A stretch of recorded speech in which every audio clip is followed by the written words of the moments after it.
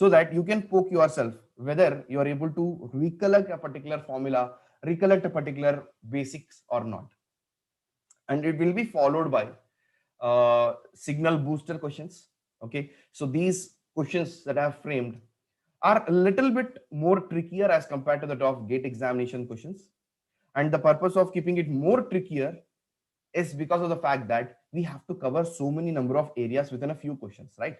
We should try to cover so many areas within a few particular questions. So they will be little bit more descriptive, little bit more complicated, little bit more tricky. But if you are able to solve these problems, if you are able to attempt these problems along with me, then you will be in a position to cover up all the important areas of signals and systems. Okay, that is the purpose of the GATE score booster session. And whatever queries you have, whatever doubts you have, you can ask in front of me. Okay, I will take the assurance of clearing all of your queries which are important, which are focused towards the GATE examination. Okay. Hi, Sri Navita. I think, sorry, Sri Vanita, right? I'm sorry for that. Good morning. Can I have other students also interacting here? Yes, everyone, please interact. Okay, so after covering the first chapter, we will go into the second chapter. Second chapter is LTI Systems, which focuses completely on convolution concept. Okay, so convolution is very important concept as far as signals and system is concerned. The second chapter revolves around the concept of convolution. Okay, and it is short and crisp chapter. You can definitely expect GATE questions from the second chapter. Third chapter, which is continuous time Fourier analysis, is the crux of your signals and systems, in which we will be dealing with Fourier series and Fourier transform. Okay, in continuous time Fourier analysis, we will be dealing Fourier series and Fourier transform. So many students have fear towards Fourier series. I don't know why, but it is very simple. It just revolves around some important areas, and you have to solve more number of problems from Fourier series to gain reasonable amount of confidence in Fourier series. It will be followed with Fourier transform. Fourier transform is more mathematical in nature. Okay, so the students who love mathematics will easily love Fourier transform because it is all about applying the properties. It's very simple. Then we will be having discrete time Fourier analysis, in which we have discrete time Fourier transform, discrete Fourier transform, discrete time Fourier series. But we will be focusing more on discrete Fourier transform because discrete Fourier transform is more important in the examination viewpoint. Lastly, we will be having Laplace transform and Z transform. In fact, in this session, I will be doing Laplace and Z transform first and discrete time Fourier analysis a little later. Okay, it means that I will be considering discrete time Fourier analysis as our fifth chapter.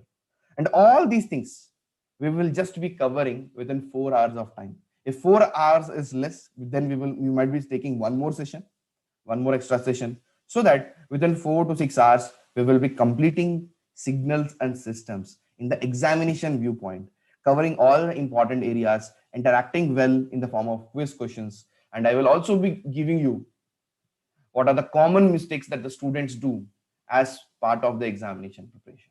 Okay, we will be seeing the questions will be framed in such a way that it will be encouraging you to make more and more mistakes.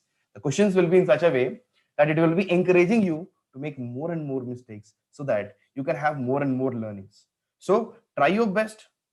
If you are making mistakes, consider it as a learning, not for demotivation. Okay, all these the way the questions are framed is to make you do mistakes so that you can learn from your mistakes. So don't get demotivated if you are committing more number of mistakes.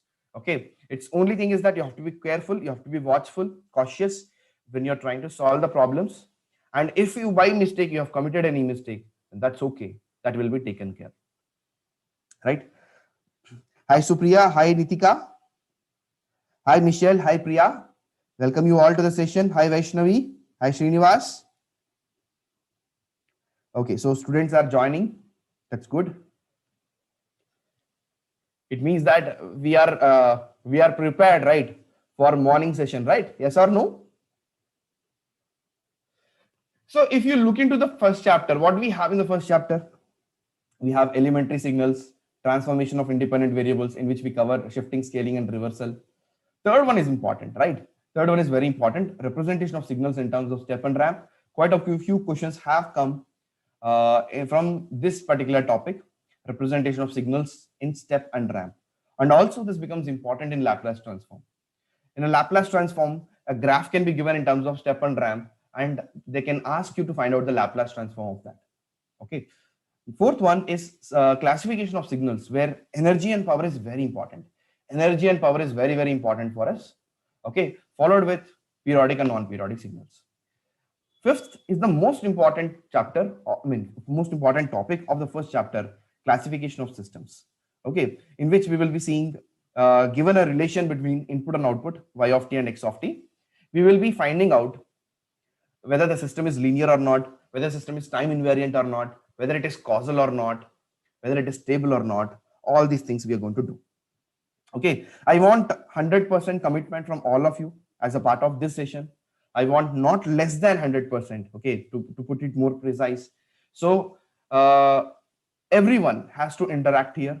Everyone has to focus completely on this session. Okay, if you feel that I'm going slow, you can tell me, I'll increase my pace. But the nature of the session doesn't allow me to go slow. Okay, it means that I have to be fast. Okay, so you have to also be a little bit faster. But if you see that you are not able to cope with the pace of the session, then you can tell me, I will slow down a little bit. Okay. So this is very important, my dear students, at this stage. So effort only fully realizes its reward after a person refuses to quit. Never ever give up. As a student, as a experienced student, I can put myself as, I can understand what you all are going through. GATE examination itself is a challenge. In fact, a good challenge, a big challenge for us. And quite a few of us will be under pressure because it's difficult to do the revision. It's difficult to have a mindset where we can take all the subjects together along with us, ensure that we are using our memory in the best possible manner and giving our best. But it is not easy, because this is the time where you have to utilize your each and every minute of time in a very careful manner. And second thing is that we should write our test series. Okay, we should have a practice of writing test series. And when we write test series, we get less number of marks, we get demotivated. If you are not able to recollect any formula, again we will get demotivated. Sometimes even we will get a thought of quitting the examination. But remember this thing, effort fully releases its reward after a person refuses to quit. It's your ability to put your best attempt on daily basis till the GATE examination, which is going to give you the best possible result. What did I say? You have to put your effort on daily basis. You give your best possible attempt and then leave it to God. He will definitely give you the best possible result. Okay, so definitely whatever effort you're putting forward, I think you have already put forward a lot of effort in the form of classes, in the form of tests if you have written the tests. Okay, also you have been interactive in the doubt solving, doubt forum also, right? So you have actually invested a lot of time into your preparation. Now this is the time when you have to put your best possible attempt. This is the time when you have to put your best possible attempt. Pressure will be there. It is not only on you, the pressure is there on all the students. Lakhs of students, the pressure is going to be there. It's more important who is in a position where, in spite of having a pressure, is capable of putting their best possible attempt. Don't demotivate yourself because you are making mistakes. Don't demotivate yourself because you are not able to solve a particular problem.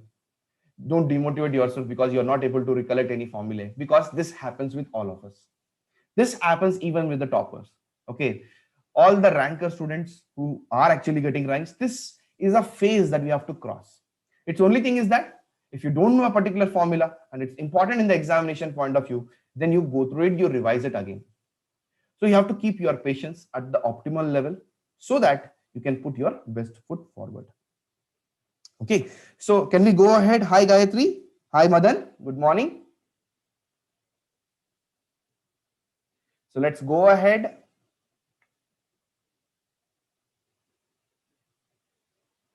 Okay. So now we are entering into the first chapter. Okay. We are entering into the first chapter. Can you please look into the question? It's a quiz question, as I told. There will be quite a few number of quiz questions. The purpose of quiz questions is to see whether you are able to recollect the concept, whether you are able to answer yes or no. Okay. And if you have made any mistake in the process of solving it, in the process of answering it, then it's only a learning for us. Okay. But you have to be very careful in reading a particular question. Okay. It is the first part of your problem solving. You have to read the question in the best possible manner. You have to read the question in the best possible manner. Come on, everyone. Come on, everyone. Please read it and try to answer it. It's only a yes or no wala question.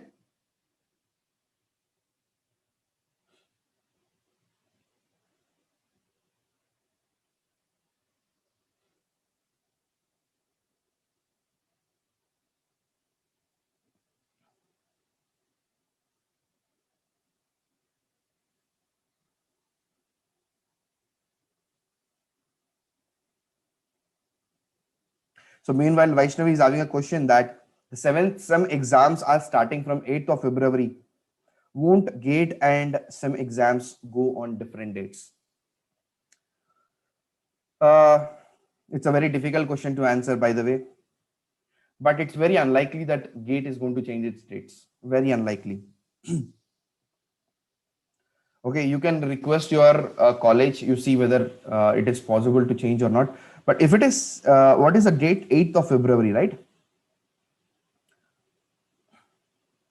So majorly, the GATE exams are conducted, on Friday, Saturday, Sunday only. Okay, so there is a very less chance of collision, but still, you can keep your college administration informed about it. Okay, it's very difficult that the GATE exam is going to change its dates. Come on, everyone. Can you answer this question? Yes or no?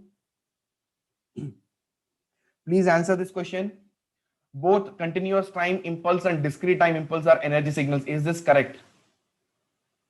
Is this correct? Both continuous time impulse and discrete time impulse are energy signals. Yes, very good. The answer is no.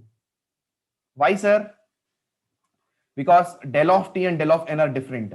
Del of t is equal to infinity for t equal to 0, and it is equal to 0 for t not equal to 0. And the energy of an impulse, continuous time unit impulse, is infinity. The energy of the continuous time impulse is infinity. Whereas on the other end, discrete time impulse, del of n is equal to 1 for n equal to 0, and it is equal to 0 for n not equal to 0, right? So here the energy is going to be finite. And whenever the energy is finite, we call the signal as an energy signal. We call the signal as an energy signal. So what are the characteristics of an energy signal? What are the characteristics of an energy signal? The energy signal will have energy as finite, and the power, when we call power, it is the average power. Average power, right? So average power is going to be equal to 0. And how can we look at the signal and recognize whether it is an energy signal or not? Can we look at the signal and see whether it is an energy signal or not? Everyone? Can we look at the signal and tell whether it's an energy signal or not? Definitely yes, it is possible. The signal has to be bounded, and the signal has to be finite duration. The signal has to be bounded, and the signal has to be finite duration. So any signal which is bounded, finite duration, are going to be energy signals. The other type of energy signal is that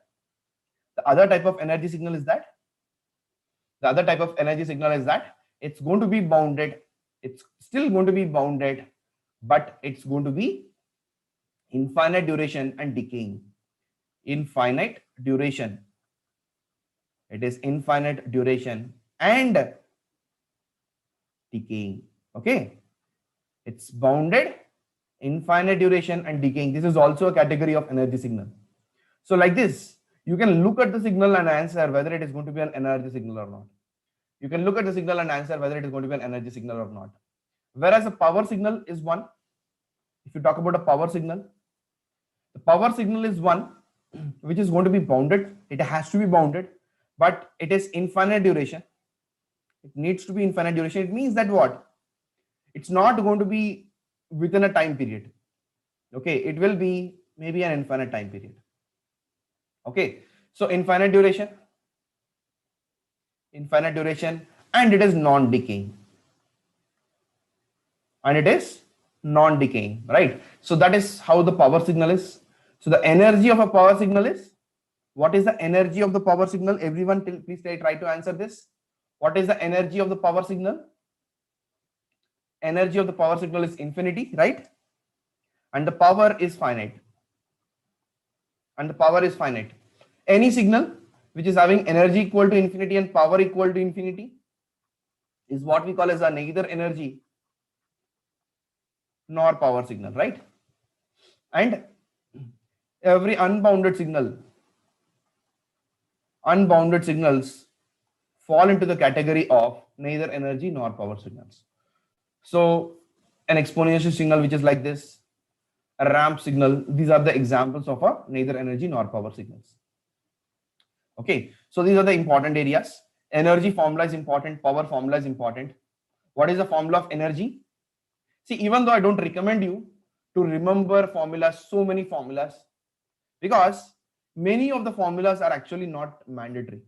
There are few mandatory formulas, few not mandatory formulas. Not mandatory formulas, what I mean is that if you do problem solving, if you are able to do problem solving, and through problem solving, if you are able to remember the formulas, it is well and good. But if you are mugging up the things, it is dangerous. If you are mugging up the things, it is dangerous. There will be few mandatory formulas which we have to remember, but majority of the formulas can be derived. GATE is not such an examination where you have to solve every problem within 30 seconds of time. GATE is never such an examination where you have to solve a problem within 30 seconds of time. Yes, you have to use your decision making ability to see which question you have to go to invest 1 minute, which question you're going to invest 1.5 minutes, which question you're going to invest 2 minutes, which question you're going to invest 2.5 minutes. And there are so-called speed breakers, which are going to actually consume a lot of time, 4 to 5 minutes. Okay, there will be some questions, but the percentage of such questions are going to be very less. You can consider it as 10 to 15% of questions are such a way that they will actually take 4 to 5 minutes of time. If you don't have a very good practice, then it can easily take 10 minutes of time. So in the first attempt, we should not answer these questions. What I'm trying to tell you by this is that time management is very important in the examination. You have to first of all catch those questions which can be solved within 1 minute, which can be solved within 1.5 minutes, which can be solved within 2 minutes, which can be solved within 2.5 minutes. So first you try to cover all these questions. Whatever questions you feel that it is going to take more amount of time, just mark for review and go ahead and make sure that you are coming back maybe after 2 hours of time or 2 hours 15 minutes of time. You come back and do the mark for review.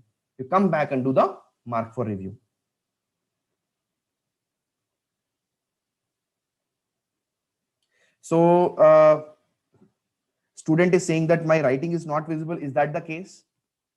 Have you set the quality in the appropriate manner? Is it not visible to you? Do you mean to say that I have to increase my font size? Yes.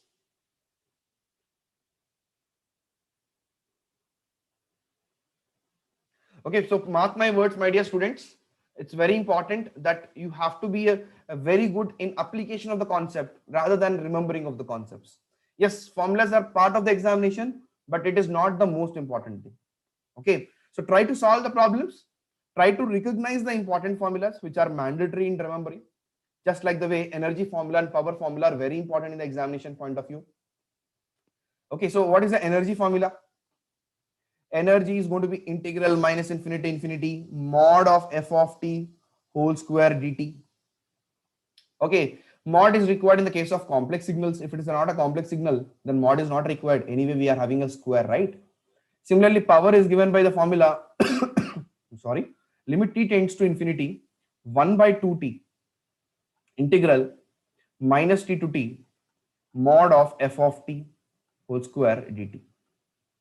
And if it's a discrete time signal, simple, n equal to minus infinity to infinity mod of f of n, right, whole square, and the power is given by limit n tends to infinity 1 by 2n plus 1. Okay, this is the change here.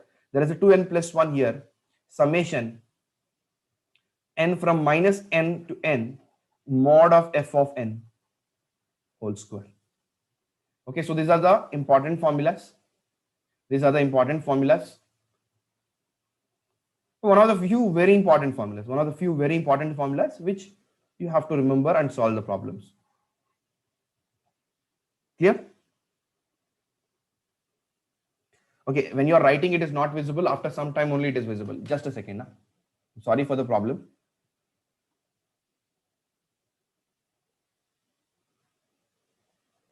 Okay, so now can you see whether it is okay?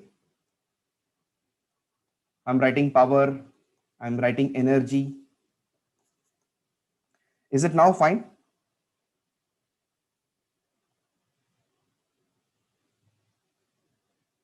Yeah. Thank you for the problem. Okay, thank you for letting me know about the problem. I think now we can be comfortably doing it, right? So let us now enter into the second question. What is the second question? So we have to see whether this signal is odd conjugate or not. X of n is equal to 3 plus 2j. Arrow is missing. Here the arrow is there. Take your time and try to answer whether this signal is odd conjugate or not. One second.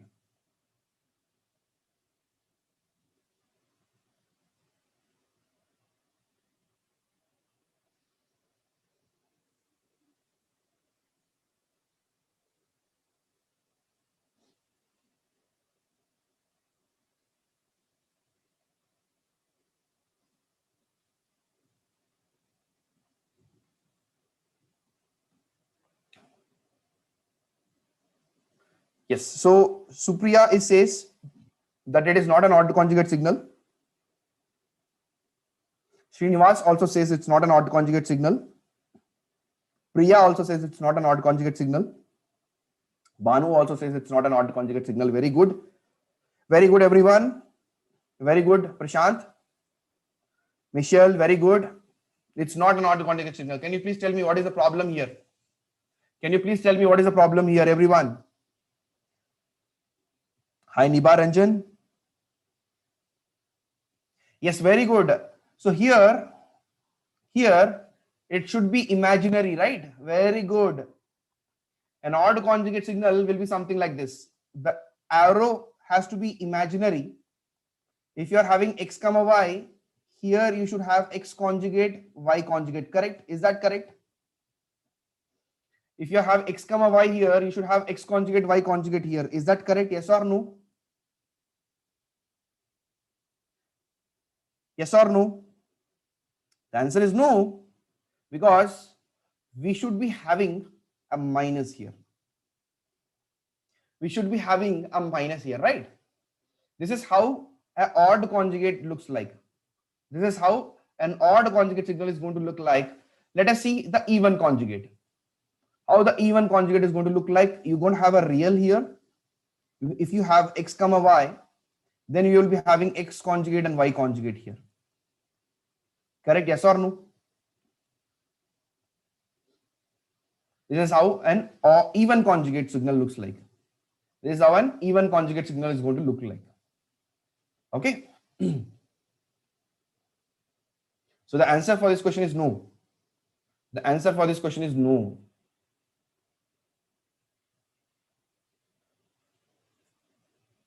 Next. I'm sorry.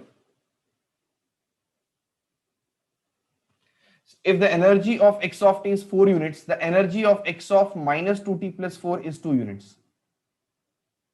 If the energy of x of t is 4 units, then the energy of minus 2t plus 4, I'm sorry, x of minus 2t plus 4 is 2 units. Is this correct? Everyone?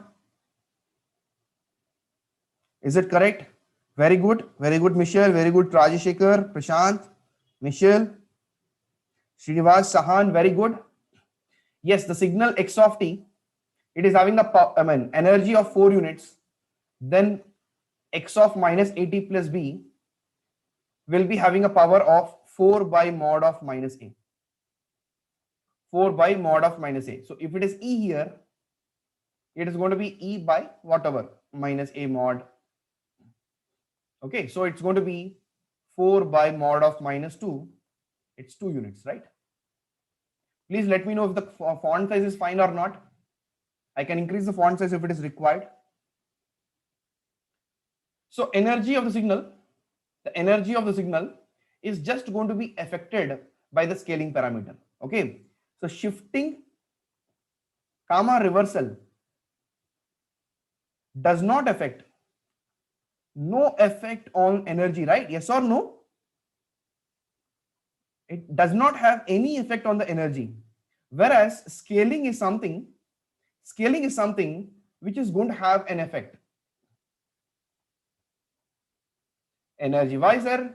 Because the signal gets compressed or expanded, right? So when the signal gets compressed or expanded, when you're finding energy, we are taking the area of it, right? If you're taking area of it, if it is getting compressed, then the energy reduces. If it gets expanded, then the energy increases. That is the reason why you're going to have a formula like this, right?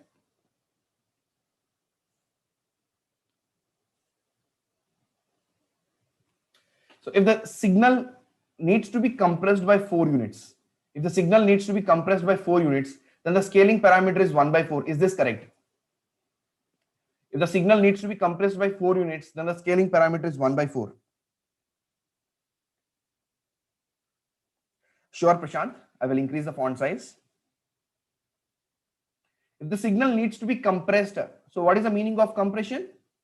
If you're having a signal like this, it's going to be compressed like this. It's like a fast forward, right? It's like a fast forward. So if generally if it is taking, let us say 2 units of time, now you are just taking 1/4 of it, half a second. This is compression. The answer is no. Very good. The answer is no. Rightly answered. Sahan, Michelle, Srinivas, Supriya, Rajshekar, Prashant. Very good.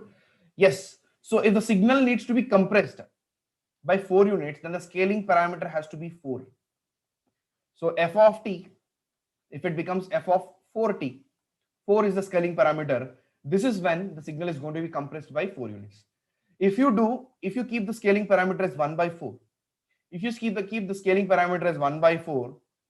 scaling parameter as 1 by 4, then this is not compression, this is expansion. This is not compression, this is expansion. Understand, everyone? Should be very careful. This is a very basic operation, but we have to be very, very careful. Now, this is a very, very important question. Please try to read it thoroughly and then try to answer this question. Okay? Please read it thoroughly and then only please try to answer this question. Okay, everyone?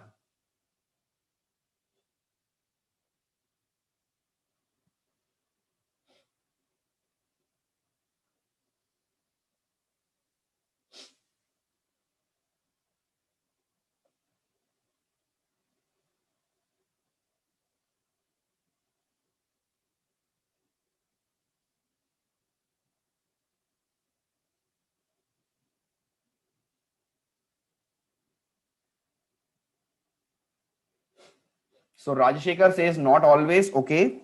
Supriya, no. Priya, no. Michelle, no. Srinivas, no. Prashant, no. Very good, Michelle. I agree with you. So if you are having 3 continuous time periodic signals, okay. If you are having 3 continuous time periodic signals, having the periods T1, T2, T3. So we are having 3 periodic signals, let us say F1 of T, F2 of T, and F3 of T, okay. So these are the 3 periodic signals that we have, having individual time periods as T1, time period as T2, and the time period as T3. Now, if you're adding these 3 signals, these 3 are periodic in nature. Now, the question is that the resultant, whether it is going to be periodic or not. the resultant, whether it is periodic or not. What is the answer? It is not always. Very good, because it says that always periodic. This is the problem. This word is creating a problem for us, not always, right? This word is creating a problem for us. It is not always. We have to check whether the ratio of time periods or the ratio of frequency, whether they are rational or not. Whether these ratios are rational or not. Okay, whether these ratios are rational or not. If it is rational, then this formula is absolutely correct, right? If this is rational, then this formula is absolutely correct. But because of the question says that always, this is going to be no, right? It's going to be no. Everyone rightly answered. Everyone has rightly answered it. Let's go for the next question.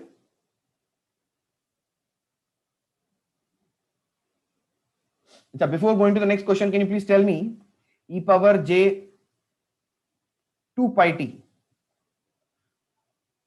let us say pi by phi t, is this periodic?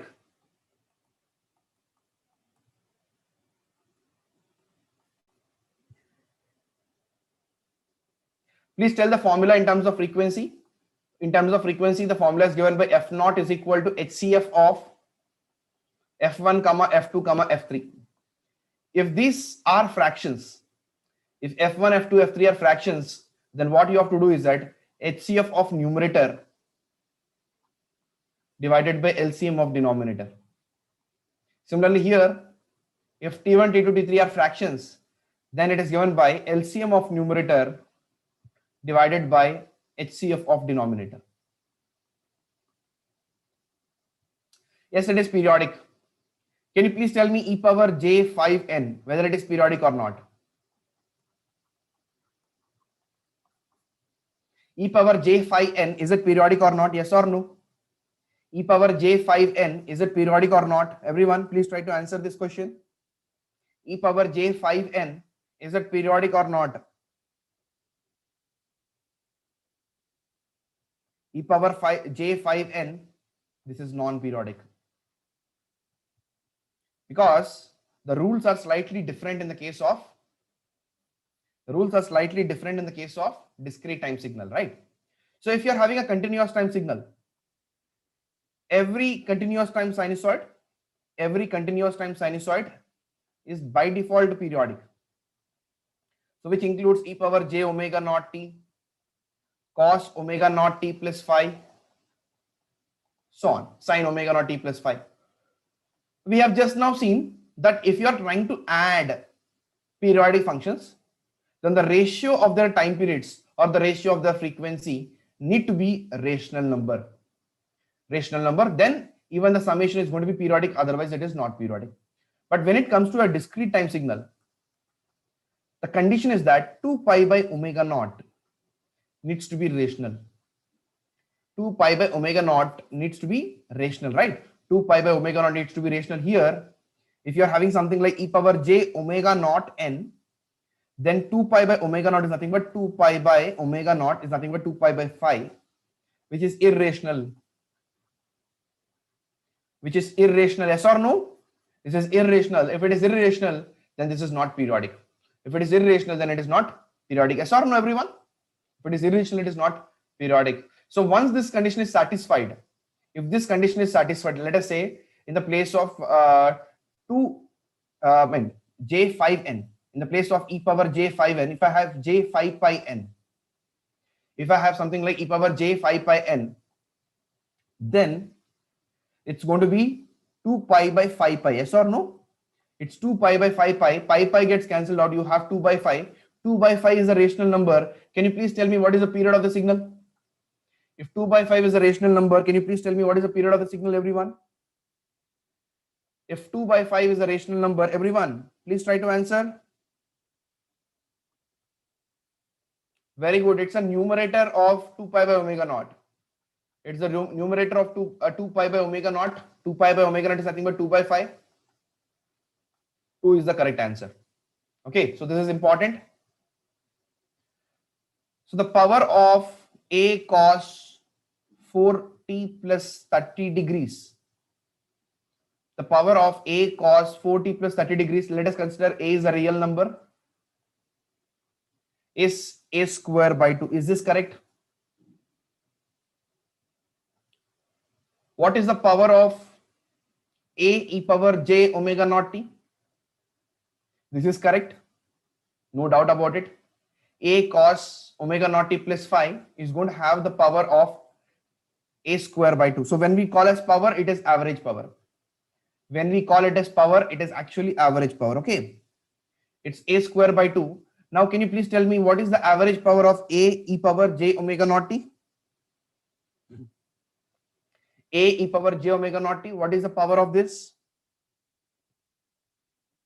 If this number is complex, then it is mod of a square. If this number is real, directly we can write a square. Can you please tell me what is the power of a u of t? What is the power of a u of t?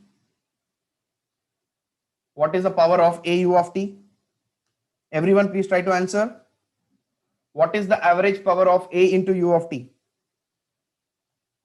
Very good, it is a square by 2. What is the power of, let us say there is a signal called as f of t is equal to 5. Then can you please tell me what is the average power of the signal? Can you please tell me what is the average power of the signal? Everyone? When you're having a signal like this, 5, it's a DC signal. It's a DC signal. Can you please tell me what is the average power of the signal? Very good, it is 5 square. Simple, 5 square, correct? So if you're having a signal which is a pure DC component, then it is 5 square. If you're having something like a into u of t, it's a right-sided signal. So it is only going to have a square by 2 as the average power. But if the signal is like this, then the power is going to be a square. Then the power is going to be a square, right? Very good, everyone. Very good. Please try to answer this. Del of minus 3n is equal to 1 by 3 into del of n. Is this correct? Is it correct? Yes or no? Del of minus 3n is equal to 1 by 3 into del of n. Is this correct? Del of minus 3n is equal to 1 by 3 into del of n. Is this correct?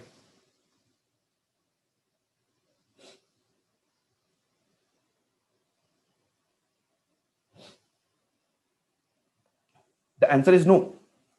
The answer is no. It is not correct. Why, sir? That's a brilliant question, right? So if you're having del of n, can you please tell me what is del of n in terms of sequence? Can I write like this? Arrow position. This is del of n, yes or no, everyone? What about del of minus n? Doesn't matter. It remains the same, right? Doesn't matter. It remains the same. Now let me take del of minus 3n. Now let me take del of minus 3n. Now can you please tell me?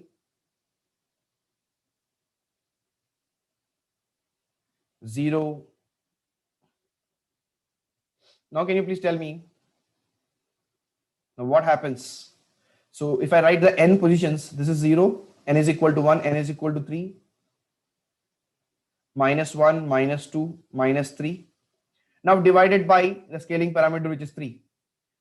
If you divide by the scaling parameter, it is 3. Right? This is how we have learned in the classroom, right? So all the fractional are going to be discarded.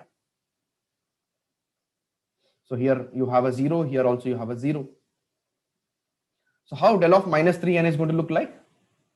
How del of minus 3n is going to look like? Del of minus 3n is going to be something like same, 0, 1, 0. It means that whatever this concept is there, del of minus at is equal to 1 by mod of a into del of t. This is applicable only in the case of a continuous time impulse. This is applicable in the case of the continuous time impulse. Whereas in the case of a discrete time impulse, del of minus 3n or minus an is going to be equivalent to del of n. Is going to be equivalent to the del of n. So yes, for a discrete time impulse, the scaling is not going to have any effect on the impulse. The scaling is not going to have any effect on the area of the impulse, right? It's not going to have any effect on the area of the impulse. The coefficient of del is nothing but area, right? It's not going to have any effect on the area of the impulse. I hope it is clear.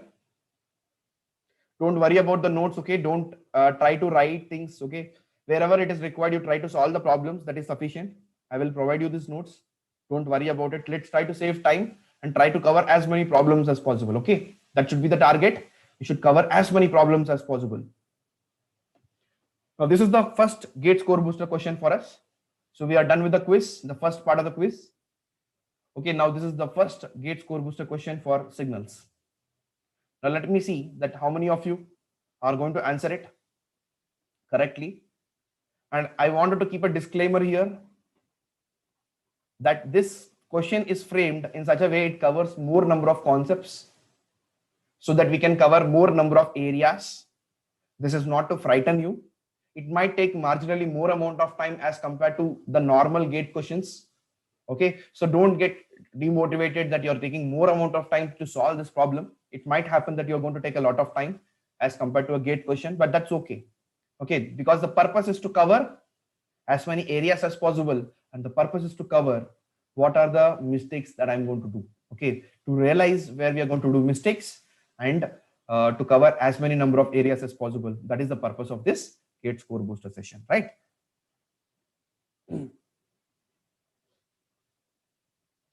Don't write the question, okay? Just try to solve the problem. You are given an x of t, which is written in terms of the representation of steps. In terms of steps, y of t is an integration of x of t, right? Y of t is nothing but the integration of x of t. Now, which of the following is or are true? This is an MSQ question. So MSQ question does not have any negative marking, but it can have one option correct or more than one option correct.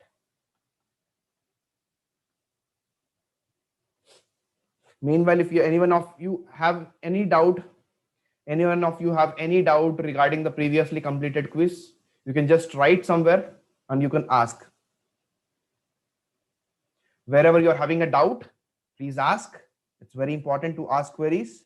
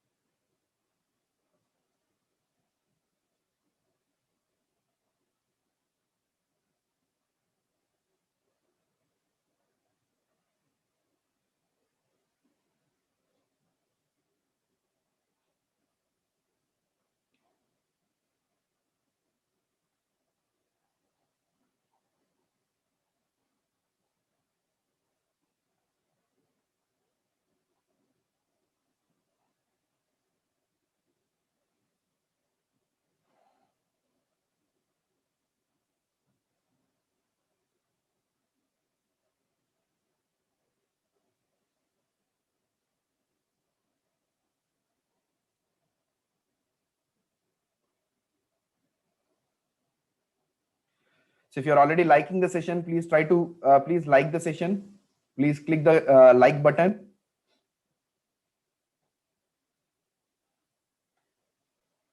And try to wake up your friends if they're sleeping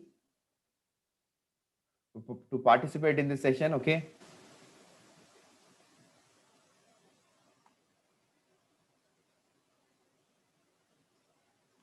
X of t is equal to 2 into u of t minus 3 into u of t minus 1 plus u of t plus 2 minus 2 into u of t plus t minus 3.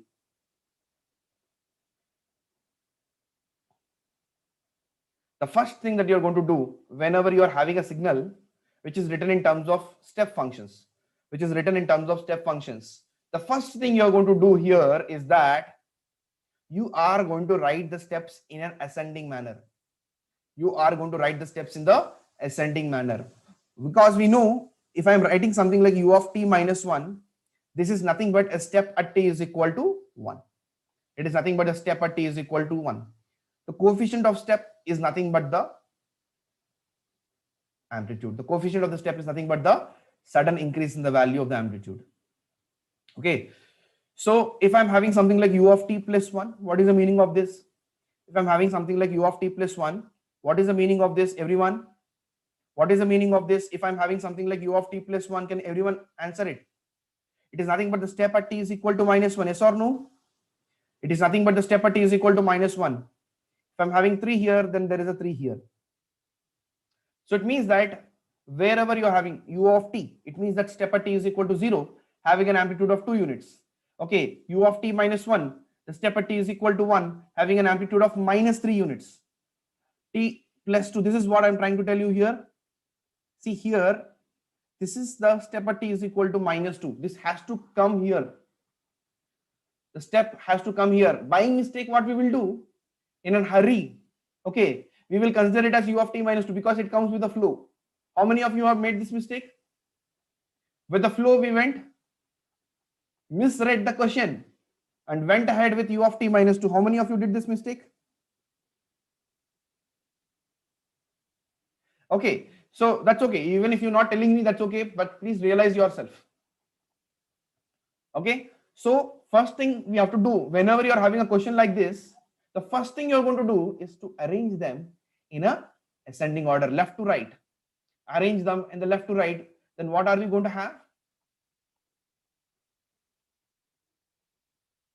What are we going to have? X of t is going to be given by, first we will start with u of t plus 2. The step at t is equal to minus 2.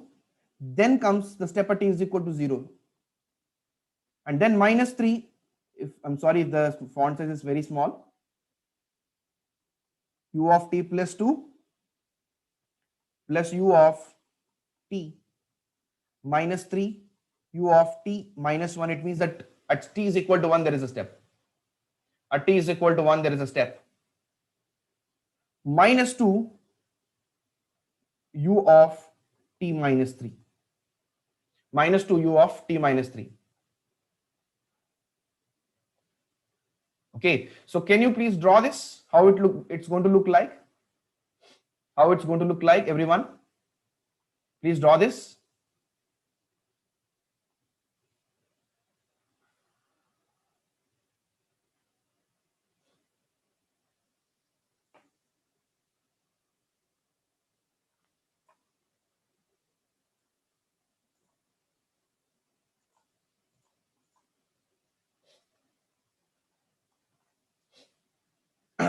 At t is equal to minus 2, there is a step. At t is equal to minus 2, there is a step. The step is 1 unit. The step is 1 unit. So it goes with the same step until you add anything else. It goes with the same step until you add anything else. And you're adding it at t is equal to 0. How much you are adding? You are adding 2 units, right? It means that 1 is now going to become 3 suddenly. Because you are adding a step at t is equal to 0, right, everyone? You are adding a step at t is equal to 0. So now it is going to become 3. The raise in the amplitude is going to be 2 units. The raise in the amplitude is going to be 2 units. It goes with the same until you add anything else. Now you are adding a t is equal to 1. You are adding a t is equal to 1. How much you are adding? At t is equal to 1, you are adding minus 3 units. Already you are having a 3. Now if you add minus 3, 3 minus 3, it becomes 0. 3 minus 3, it becomes 0, yes or no? So this becomes 0 at t is equal to 1, and it goes with the same 0 until you add anything else, and you're adding something at t is equal to 3. How much you're adding? You're adding minus 2 units. You're adding minus 2 units, right? Yes or no? So your signal x of t is going to look like this. Your signal x of t is going to look like this. Now the first statement says that the average power of the signal is 4 units. Is this correct? So I can already see the answers here, everyone. Start answering. Priya says that is A comma B comma C. Prashant also says A comma B comma C is correct. Okay. Now everyone, please try to answer it.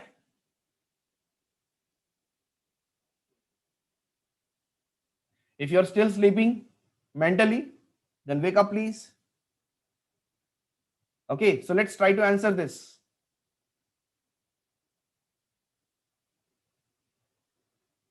See here, this part of the signal, everyone, please be attentive here, everyone.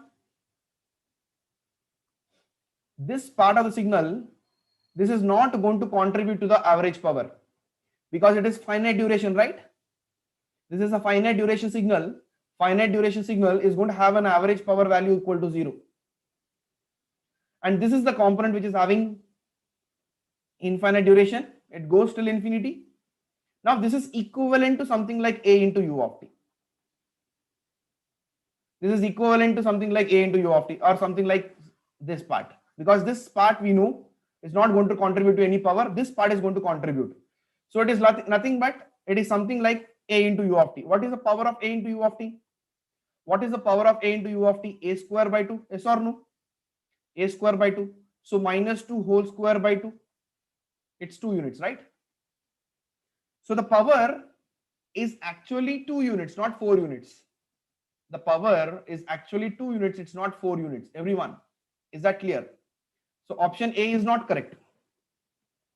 Option A is not correct. Everyone, are you on the same page? Are you on the same page? This component, this part of the signal is going to contribute to the power, because together this is going to be a finite duration signal, and finite duration is going to have an average power value equal to 0. And we just want this component because this contributes to the average power, and the average power here is going to be equal to 2 units. The average power here is going to be equal to 2 units. Is that clear, everyone? So the first option is wrong. So if you are making any mistakes, please keep a note of all your mistakes. Okay, it's very important to keep a note of all your mistakes. Second one is x of minus 2t plus 3 is a power signal with the same average power as that of x of t. Is this correct? If you're having a signal like x of minus 2t plus 3, if you're having a signal like x of minus 2t plus 3, it has same average power as that of x of t. Is this correct? This is absolutely correct. This is 100% correct. Why, sir? Because the average power of the signal is not going to vary with shifting, scaling, and reversal, right? The average power of the signal is not going to vary with the of shifting, scaling, and reversal. So option B is actually correct. Option B is actually correct. Let us go to the third part. Let us go to the third part. What does the third part say? The area of x of t multiplied with the of del of minus 3t plus 2 is 1. Okay. So one thing you have to know, one thing you should know is that when you're having something like del of minus 80 plus b, when you're having something like del of minus 80 plus b, del of minus 80 plus b is equal to what? Del of minus 80 plus b is equal to 1 by mod a del of t minus b by a. So what you're doing, minus a common, bring it outside, 1 by mod of minus 8 becomes, it is nothing but 1 by mod of a del of t minus b by a. This is very important step. Many students forget this step. They directly put. Okay, and then comes, if you're having something like f of t multiplied by del of t minus t naught, then this is equal to f of t naught multiplied by del of t minus t naught. This is very important. Okay, multiplication by an impulse. Quite a few times question has come from this concept. F of t, whenever it is multiplied with an impulse, it's going to be the sample of that signal wherever you're having an impulse, the sample of that signal wherever you're having an impulse multiplied by the impulse itself. Okay, so this we have to apply.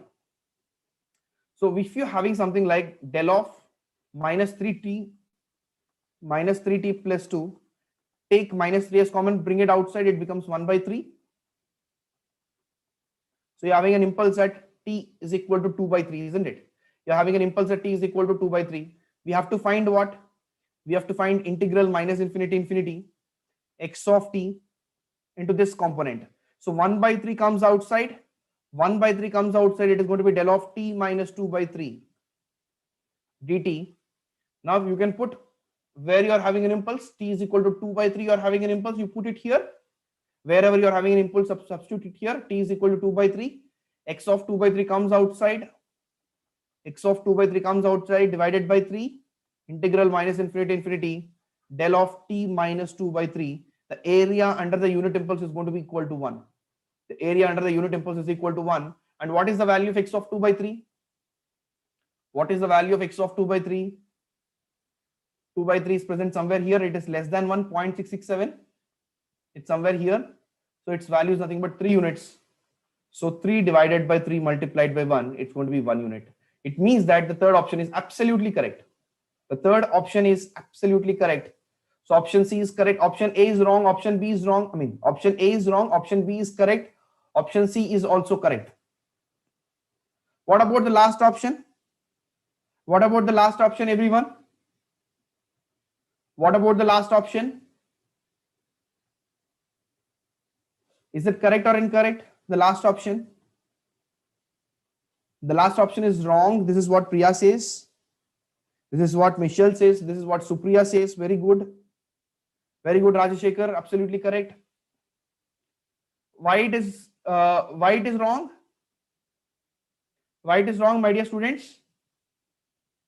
Why it is wrong? Y of t is unbounded, right? Y of t is unbounded. See, when you are trying to integrate u of t, it becomes what? R of t. If you are integrating u of t, it becomes R of t, right? So whatever signal y of t is there, it is the integration of x of t. And in x of t, what you had? U of t plus 2. So it becomes R of t plus 2. Then you had 2 into u of t. Now it becomes 2 into R of t. Right. And then you had minus 3 into u of t minus 1. Now it becomes minus 3 into R of t minus 1. And then you had something like minus 2 into u of t minus 2. It becomes R of t minus 2. Now, if you try to represent it in the form of a ramping function, it's very important. How to represent it in the form of a ramp function, everyone? How to represent it in the form of a ramp function? How to represent it in the form of a ramp function? Now, first, initially, you're going to have a slope of how many units? We're going to have a slope of how many units? We're going to have a slope of 1 unit. The coefficient of R of t is nothing but the slope. At t is equal to minus 2, you're going to have a slope of 1 unit. It goes with the slope of 1 unit until you add anything else. So what are we adding? We are adding ramp function at t is equal to 0 of 2 units. So already you are having 1 unit slope. Now you are adding 2 units of slope. Now the slope is going to become 3. It travels with a slope of 3 until you add anything else. At t is equal to 1, you are adding a slope of minus 3.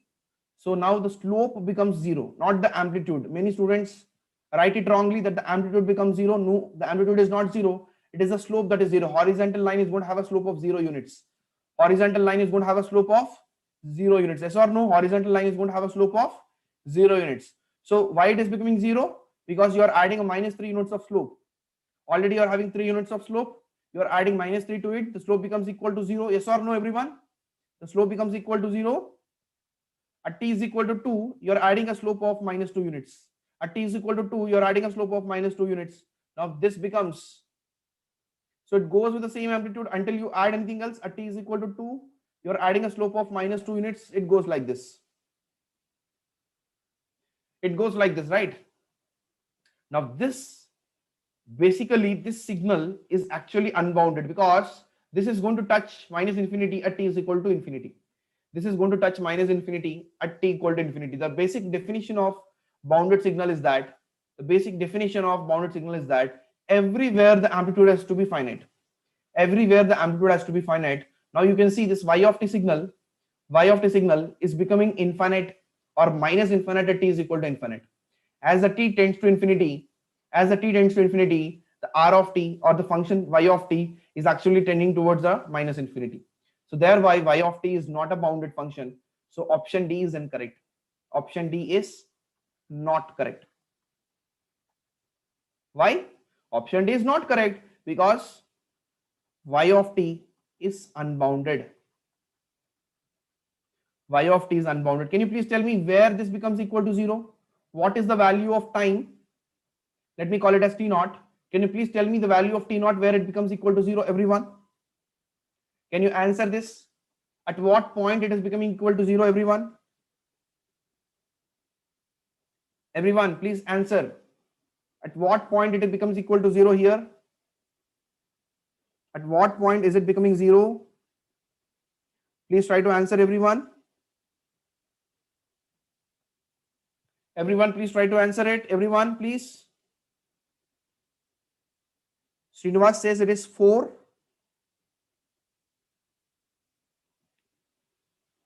At t is equal to 4. Let us see. Can you please tell me what is this amplitude? So here it is 2. Because 2 units it is traveling with a slope of 1. 2 units of x it is traveling with a slope of 1. So it is covering an amplitude of 2 units. Now here 1 unit it is traveling. 1 unit of x it is traveling with a slope of 3. So you will have a 3 units increase in amplitude, right?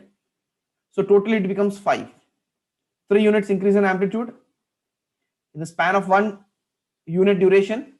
So now it becomes 5. Now this slope is minus 2. This slope is minus 2, isn't it? If the slope is minus 2, how many units does it require for the 5 to become 0? For the 5 to become 0, how many units does it require? It requires 2.5 units. It requires 2.5 units. So this needs to be 4.5. Yes or no? So for every 1 unit, it is going to decay by, it's going to fall down by minus 2. So 5 becomes minus 3 at t equal to 3. So for 1 more unit, it is going to become 1. Okay. So 5 becomes 3 here. And at t equal to 4, it becomes 1. And for another 0.5, it's going to lose another 1 unit of amplitude. So this is going to become 4.5. Do you agree with me? Do you agree with me, everyone? Did you understand how we got 4.5 here, everyone? Yes or no? Have you understood why we got a 4.5 here? That's very good. Okay, so the answer for this question, what is the answer key, my dear students? What is the answer key? B comma C. The answer key for this question is B comma C. B comma C is the correct answer. B comma C is the correct answer. So by this, we covered so many concepts. We have covered the average power, how to look into the average power if you're having something like a step function. So the dependency of power signal on reversal, scaling, and shifting. So here we found out the multiplication of a signal with a shifted, scaled, reversed impulse, and how to check bounded. So many concepts we have covered within a single question. And not to forget, we have represented a signal in terms of step signal. We have represented a signal in terms of ramp signal. So we have covered so many concepts using a single question. We have covered so many concepts using a single question, and that is the purpose of the GATE score booster, right?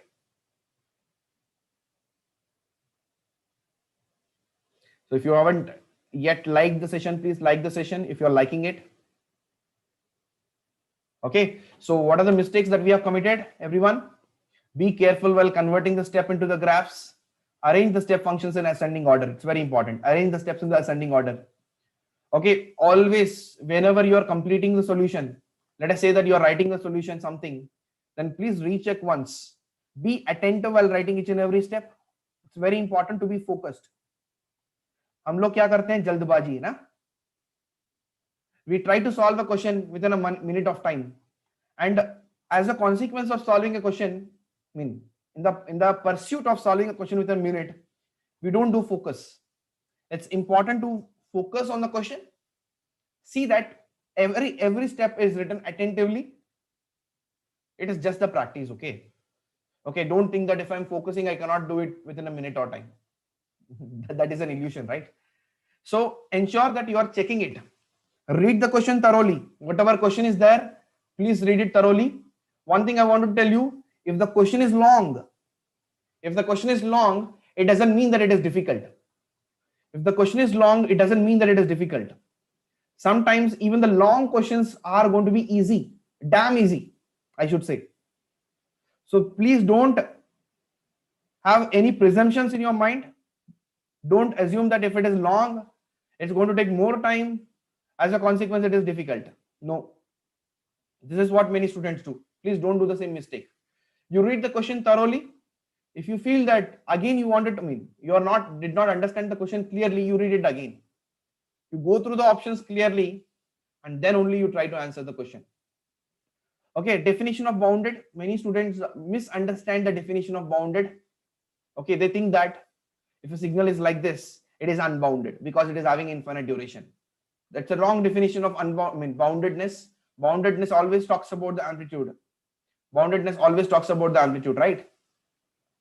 And be cautious while dealing with the delta function. If you're having something like minus 3t plus 2, don't blindly do like this f of t. Then it is f of minus 2 by 3 multiplied by del of minus 3t, 3t plus 2, something like this. Okay, the first step is that try to convert this in the form of del of t minus t naught. This is very important step. And then only you try to multiply with the signal. Okay. So one more thing is that students generally confuse between the multiplication and convolution. They interchange the concept. F of t multiplied by del of t is equal to f of t. F of t convolved with del of t is equal to f of 0. Wrong. Okay. F of t multiplied by del of t is going to be f of 0 into del of t. F of t convolved with f of del of t. F of t convolved with del of t is going to be f of t. This is also, I have seen so many mistakes, so many students doing this mistake. This clarity is also important. Please note on the homework problem. Please take a quick snapshot of the question. Please take the quick snapshot of this question, everyone. Please take the snapshot of this question, everyone.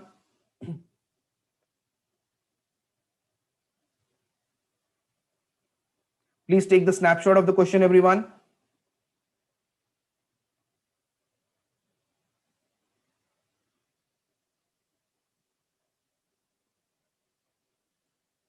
Let me know once it is done.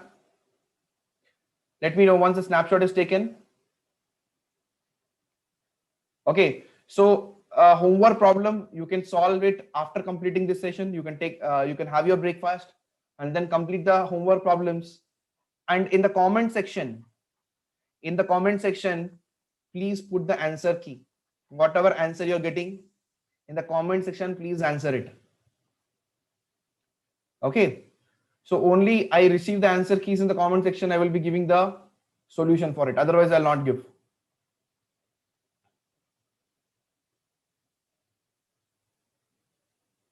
Okay, so when you're trying to solve this problem, you might commit these mistakes. We directly use the formula of average power of triangle while solving the problem. I'm just giving you a hint here. Students directly use this formula. So if you're having a triangle like this, let us say the units, the base, and this is height. Okay, so what is the formula for the average power? Again, this is not a mandatory formula, not important formula, but students do this mistake. So if you are having a height here h, so they write the average power directly as h square by 3 multiplied by b, which is the correct formula for this question. I'm sorry, I'm talking about the average power. It's actually energy. I'm actually talking about energy, okay, not average power, okay? I'm sorry for that. I'm talking about the energy. Okay, so this by mistake they apply this formula, but this is wrong. Okay, directly they square the signal. Let us say that you have a signal of 3 units. So what they do is that square the signal, they're having a bigger triangle. Okay, this is also a mostly committed mistake by the students. Okay, why I'm telling is that because you might do these mistakes. It's just a hint that please don't do the same mistakes. Okay, so let us go ahead Now we are talking about the classification of the system. Now we are going to talk about the classification of systems. Classification of systems. Every static system is causal, but not every causal system is static. Is this correct? Is this correct? Every static system is causal, but not every causal system is static. Is this correct? Absolutely correct, right? What is a static system? Static system is something which depends only on the present input, right? Whereas a causal system depends upon present. It can also depend upon past, but it should not depend upon future. The moment it starts depending on future, it is going to become non-causal. Correct? So every static system is causal. If a system is static, because it is not depending on present input only, it is not depending on the future input. It is not depending on the future input. So thereby I can say this is causal. But every causal system, causal means what? It can have a dependency of present on past, but not future, obviously. This we cannot say it is going to be static. We cannot say it is going to be static because static is strictly going to depend upon the present input. If it has a dependency on past input, it's going to become dynamic system. Okay, but causal system is something which can have a dependency on past as well, right? It can have a dependency on past as well. The moment it is having a dependency on past, it's going to become a dynamic system, right? So this is absolutely correct. Next one, y of t is equal to minus 2x of t plus 1 is linear system. Y of t is equal to minus 2x of t plus 1 is a linear system, yes or no? Y of t is equal to minus 2x of t plus 1 is a linear system. Is this correct?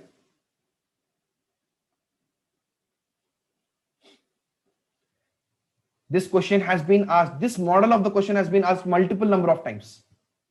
This model of the question has been asked multiple number of times. The answer is no. Why? Because of the presence of plus 1. Whenever you are having something like y of t,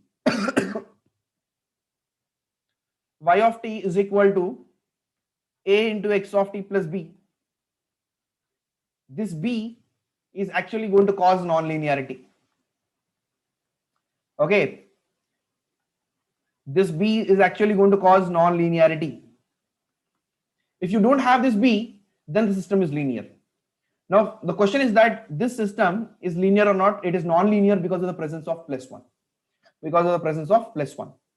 Similarly, if you are having e power x of t, is it linear or non-linear? Y of t is equal to e power x of t. Is it linear or non-linear? Everyone, please try to answer this. Y of t is equal to e power x of t. Non-linear. E power t into x of t. E power t into x of t, is it linear or non-linear? E power t into x of t. E power t into x of t is linear, right? E power t into x of t is linear. What about mod of x of t? What about mod of x of t? Y of t is equal to mod of x of t. Is it linear or non-linear? Y of t is equal to mod of x of t. Is it linear or non-linear, everyone? Y of t is equal to mod of x of t. It is non-linear. Every time you're having a mod function, it's going to become a non-linear function.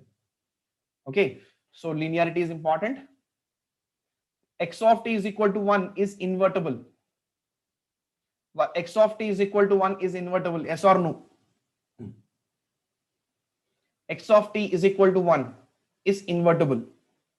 I'm sorry, it's not x of t, it is y of t. Y of t is equal to 1.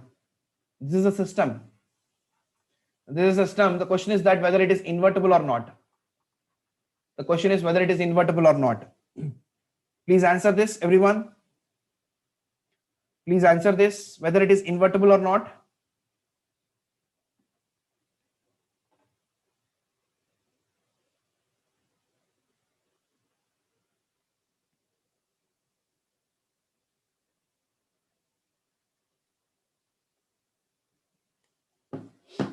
The answer is no.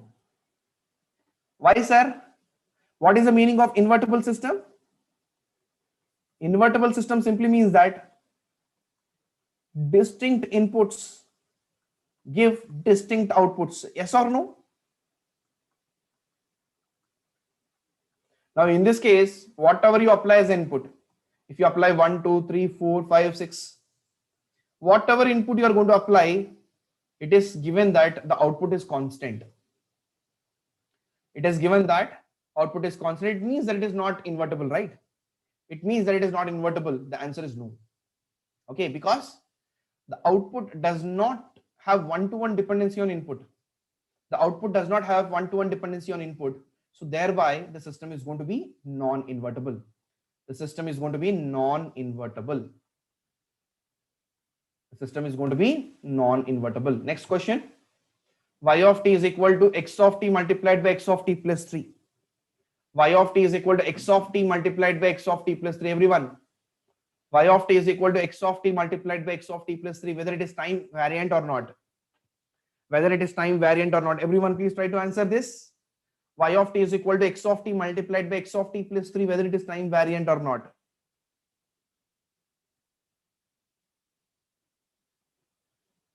Y of t is equal to x of t multiplied by x of t plus 3. So Srinivas says it is no. Other students?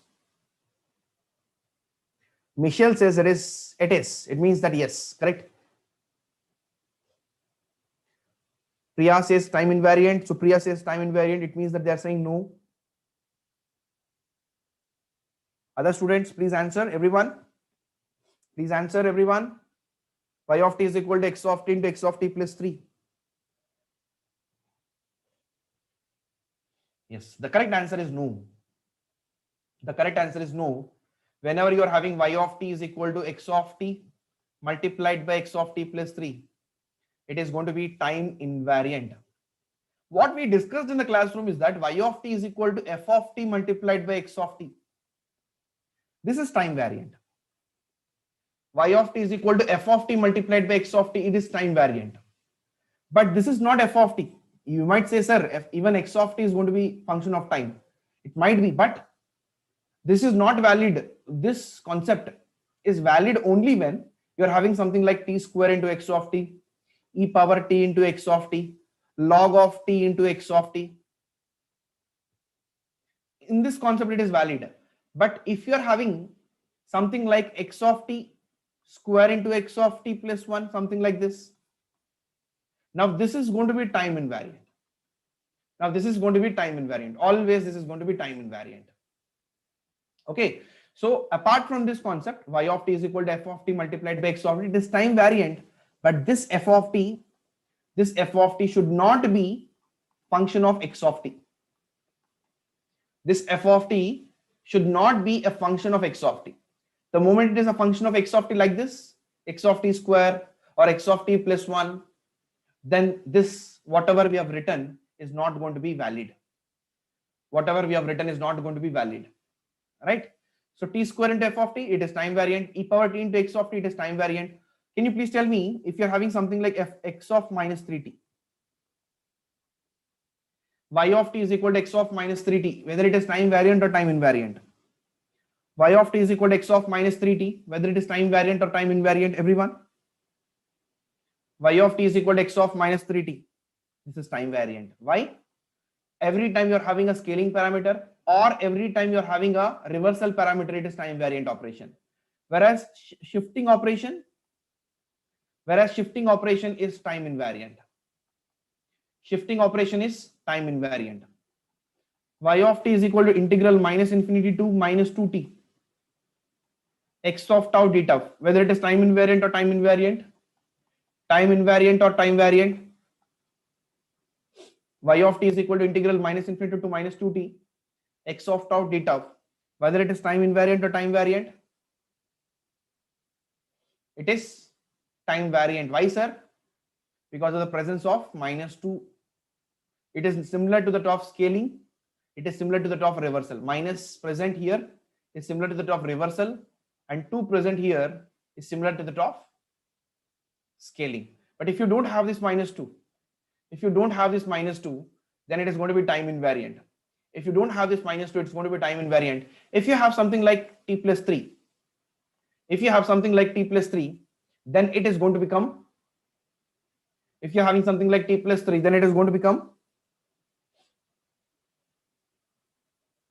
then it is still going to be time invariant, because this is nothing but, this is like a delay operation, I mean advancing operation.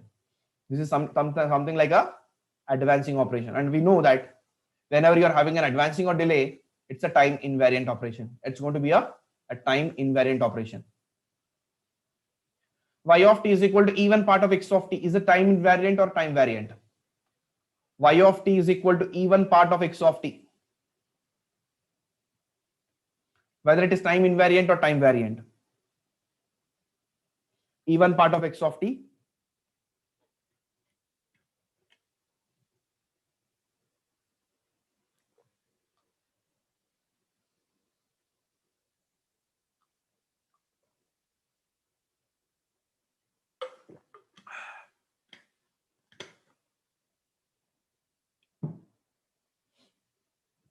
y of t is equal to even part of x of t is the time invariant or time variant?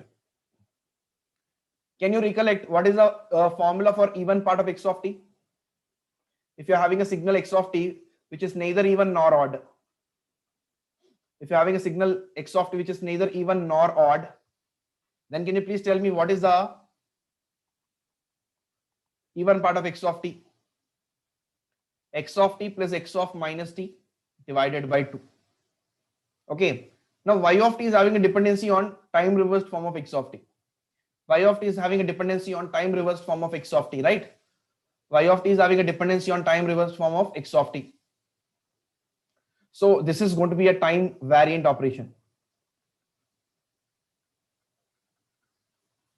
This is going to be a time variant operation. Okay.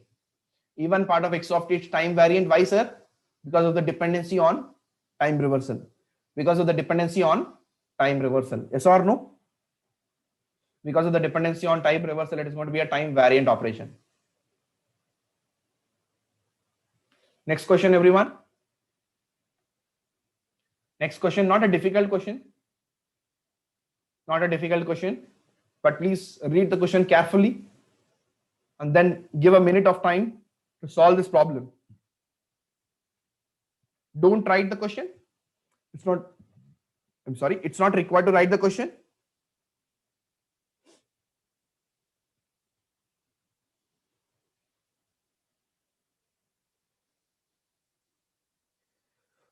Students who haven't liked the session, please like the session if you're liking it. If you're not liking it, it's okay. And if you haven't subscribed to the channel, please subscribe so that you can get notifications regarding this, and also you can click on the bell icon.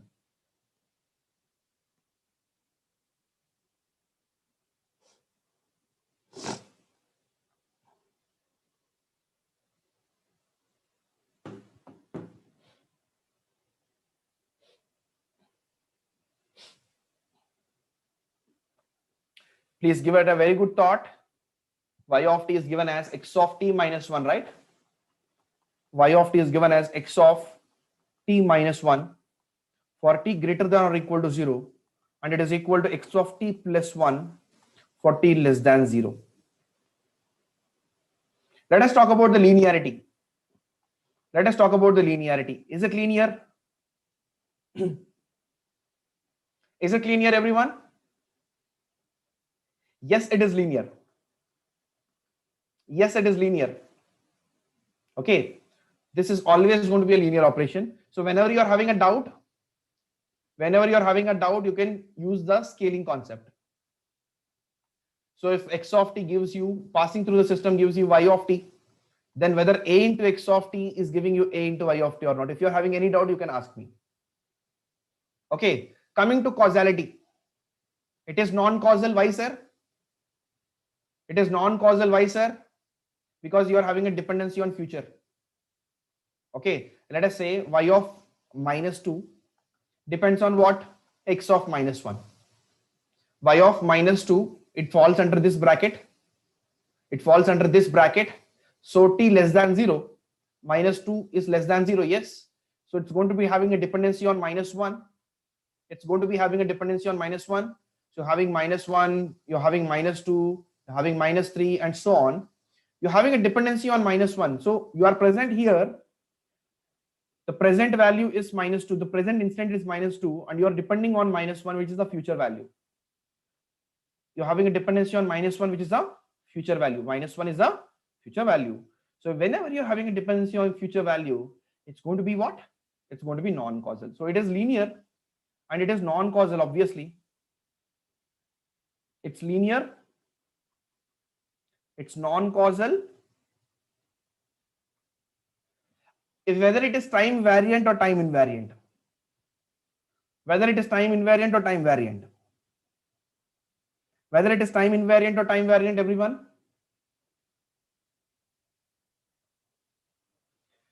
This is a time variant operation, not time invariant.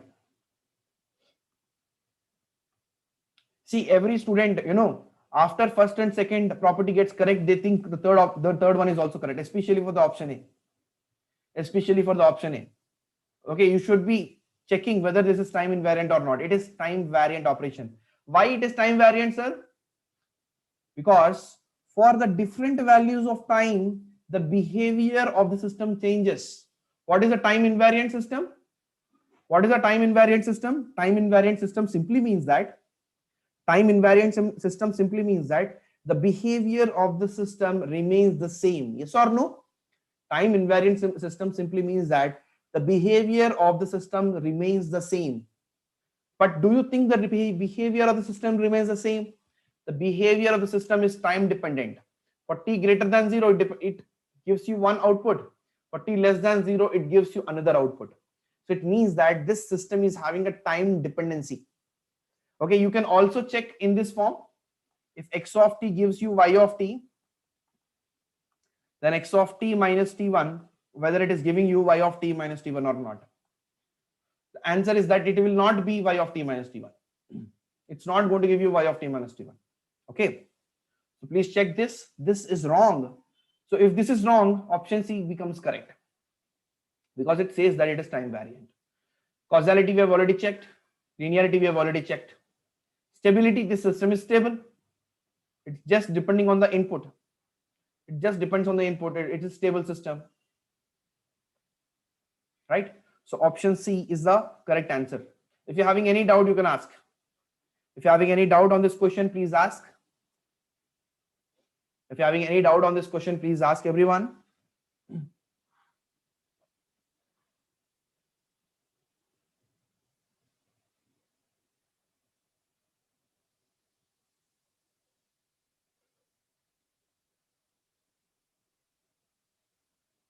Okay, so let us move ahead.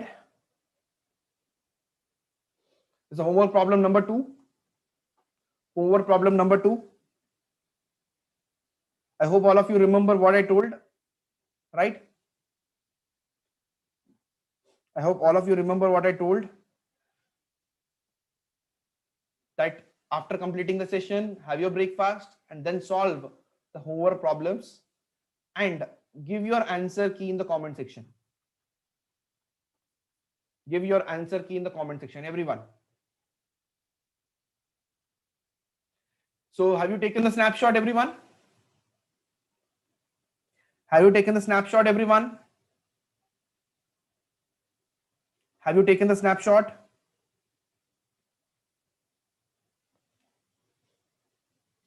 Okay. So one more thing, you have to be very careful during this point of time. One more thing you have to be very careful during this point of time is that you might be having a lot of distractions. One of the major distractions you might be having is your semester examinations. The other type of distraction might be that your friends are disturbing you. When you're trying to focus on your preparation, your friends are disturbing you. There will be negative people around you. Yes or no? You might be having a negative people around you. Tumse nahi ho payega. Sort of people, right? Who keep on demotivating you. Okay, GATE exam is not going to work for you. Something like that. Okay, or laugh at you when you are trying to prepare. These are all distractions. Okay, one of the important thing during this phase of time of your GATE preparation is that you have to stay away from all the distractions and you have to stay away from all the negative people and ensure that you're keeping yourself positive. If you're making any mistake, let us say that any problem you're making a mistake, you should think of what is the learning that I can have from this problem. Okay, you should think about what is the learning I can have from this problem instead of thinking, "Arey yaar, ye bhi galat ho gaya." Don't think like that. Okay, you have to think what I can learn more so that you are prepared for your examination, so that you are well prepared for your GATE examination. Make mistakes, but any mistake that you are doing, any mistakes that you are committing should not be repeated. Okay, any mistakes that you're trying to do should not be repeated. Okay, this is something that you have to write. For example, you have written a particular test, you made so and so mistakes, keep a report of it. These are the mistakes I did. When you're going for the next test, go through all the mistakes you did and ensure that you're keeping in your mind that you're not going to commit the same mistakes. Be attentive while solving any problem. Don't rush. Go with an optimum speed. Try to use your virtual calculator. Make a practice of using a virtual calculator. Try to have a self-dependency on calculations. Don't think every time I have to depend on the calculator. You are capable enough of doing very simple calculations, right? Okay, these things will ensure that you are going a little faster. Okay, sometimes self calculation, manual calculation will ensure that you're going faster, because every time you're using virtual calculator, it actually dampens your pace. Okay, have a dependency on your calculations than depending on the virtual calculator. Only wherever it is required, you can use the virtual calculator. Okay, so keep this thing in your mind that you have to stay away from distractions and the negative people. Okay, so because this is the time where we have to aim to put our best attempt so that we can get the best result. So with this, we enter into the second chapter. What is the second chapter? LTI Systems. This is a very small pocket size chapter, but very important in the examination point of view. More or less, this chapter revolves around convolution. So we might have studied about an impulse response, especially causality, stability conditions are very important. Causality and stability conditions of LTI system are very important. Second one, we might have written some observations of continuous time and discrete time. What is the lower limit after convolving? What is the upper limit? What is the length of the sequence? Right. So similarly, we have convolving two rectangular pulses is going to give you what? Triangle pulse or trapezoidal pulse. Convolution of impulse, convolution of a signal with an impulse results in what? Convolution of signal with a step results in what? Properties of convolution: time shifting, time scaling property, time reversal property, time scaling property, cascading property, very, very important property. Cascading property is one of the important properties, right? Commutative property, these are all important. Okay, convolution of exponential signals. See, we might be having some problems, some formulas here, but these are not very important to remember. I told you, right? There will be some mandatory formulas. And there will be some other formulas. Please try to ensure that you are focusing more on mandatory formulas, because mandatory formulas will be very less. On a whole, in a complete subject, you will be having very less handful of formulas. Let us say maybe around 10 formulas or 12 formulas, something like this. Remaining all come from the concept. Okay, if you make this formula list from a subject, 100, then it means that you're having 10 subjects, then you will have 1,000 formulas, which is going to make your life very difficult. Because in GATE examination, on an average, you're going to have 3 minutes of time for every question. This doesn't mean that you have to just answer a question within a 10 seconds time. This is not the demand of the examination. It might be a demand of other examinations like ISRO, like engineering services, but it's not a demand of the GATE examination. Okay, you will be having sufficient time, but ensure that you are doing a very good practice. You will be having some questions which will be taking 5 minutes of time. Intentionally, they are kept in your examination. Ensure that you are not attempting at the first go. Keep it marked for review and go ahead. Okay, so in the convolution of exponentials, you will be having a formula, but it is not mandatory to remember. I will tell you why it is so. Step response concept. Okay, this is also a very simple concept. Okay, all together, this is a very small topic, very small chapter, but it's very important in the examination point of view. Let's go for the quiz. Before going to the quiz, you should be comfortable with the GP series. Before going for the quiz, you should be very comfortable with the GP series. A plus AR square plus so on, AR power n. A plus AR square plus so on, AR power n. What is this going to be? This is sum of n terms or n plus 1 number of terms.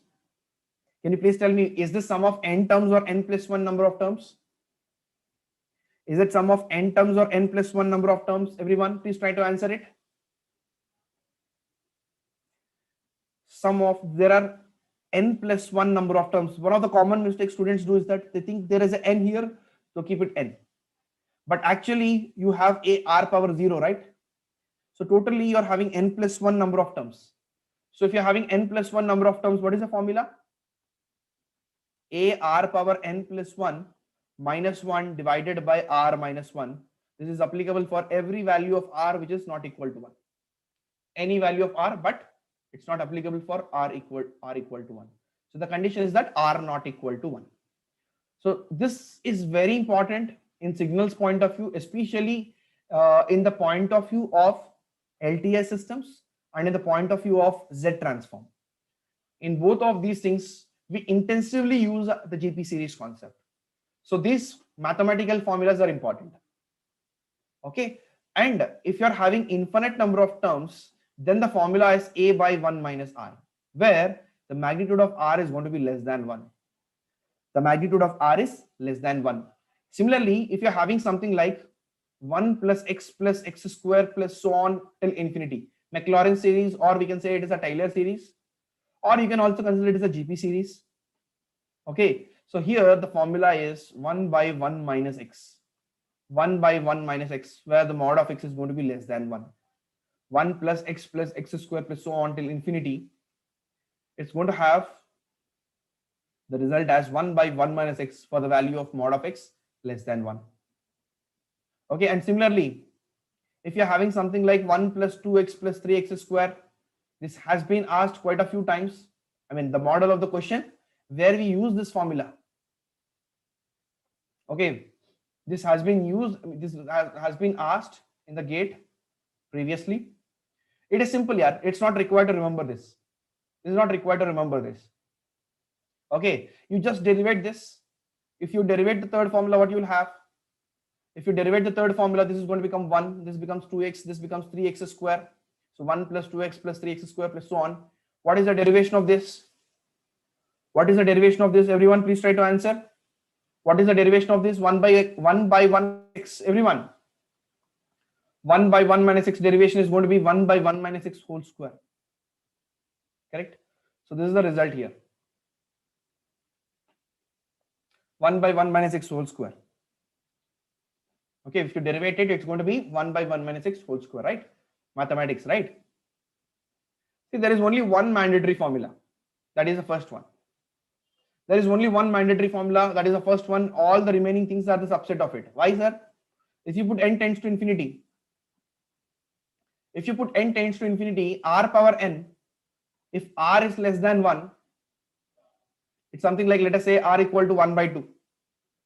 R power n plus 1 you're talking about. 1 by 2 power n plus 1, where n is tending to infinity. Where n is tending to infinity, please tell me. If n is tending to infinity, this value is going to become 0. It means that this value becomes 0. It becomes a by 1 minus r. It becomes a by 1 minus r. Minus of minus gets cancelled out. It's going to become a by 1 minus r. So this formula is a subset of the first formula. Okay, third formula comes from the second formula, and fourth formula comes from the third formula. You see, I can simply say, sir, there are 4 formulas, remember this. But if you just know the first formula, the remaining things can be derived here. Only thing, you have to conceptually understand this concept. That's it. From where, how we are getting the second formula, how you are getting the third formula, that's it. Okay, instead of remembering all 4, just remember one formula and just try to derive the remaining formulas. That's it. Okay, this is one of the very important tip from my side, because sometimes we try to remember so many things. When you remember so many things, what will happen? You will make mistakes. Instead of plus, you will make minus, something like this. You will make mistakes. Mistakes lead to negative marks. Negative marks lead to rank. You will lose the rank, right? So ensure that you are having a handful of formulas only, very limited formulas. Those formulas have to be very important, mandatory formulas. And so many other formulas can be derived like this. So many other formulas can be derived like this.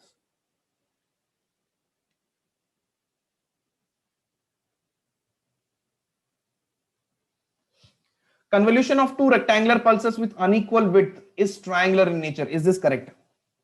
Convolution of two rectangular pulses with unequal width. Convolution of two rectangular pulses with unequal width is triangular in nature. Is this correct? It's a very simple question, yeah. This comes from one of the observations, right? This comes from one of the observations. Can you please answer this? Yes, it is not triangular. This needs to be trapezoidal.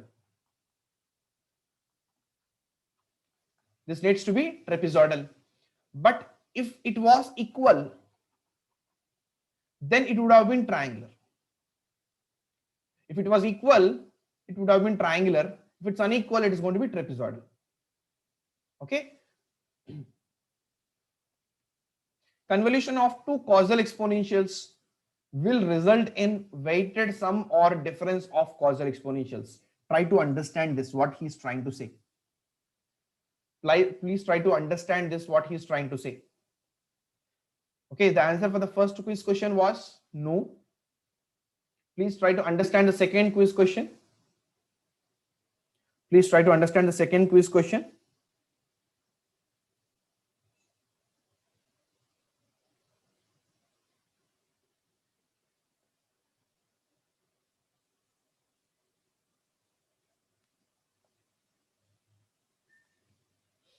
So causal exponential means e power, let us say e power at ut.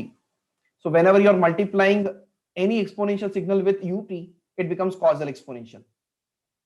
Okay, so what he says is that if you are convolving, it will result in weighted sum or difference of causal exponentials. What is the actual result of this? The actual result of this is e power at minus e power bt divided by a minus b ut.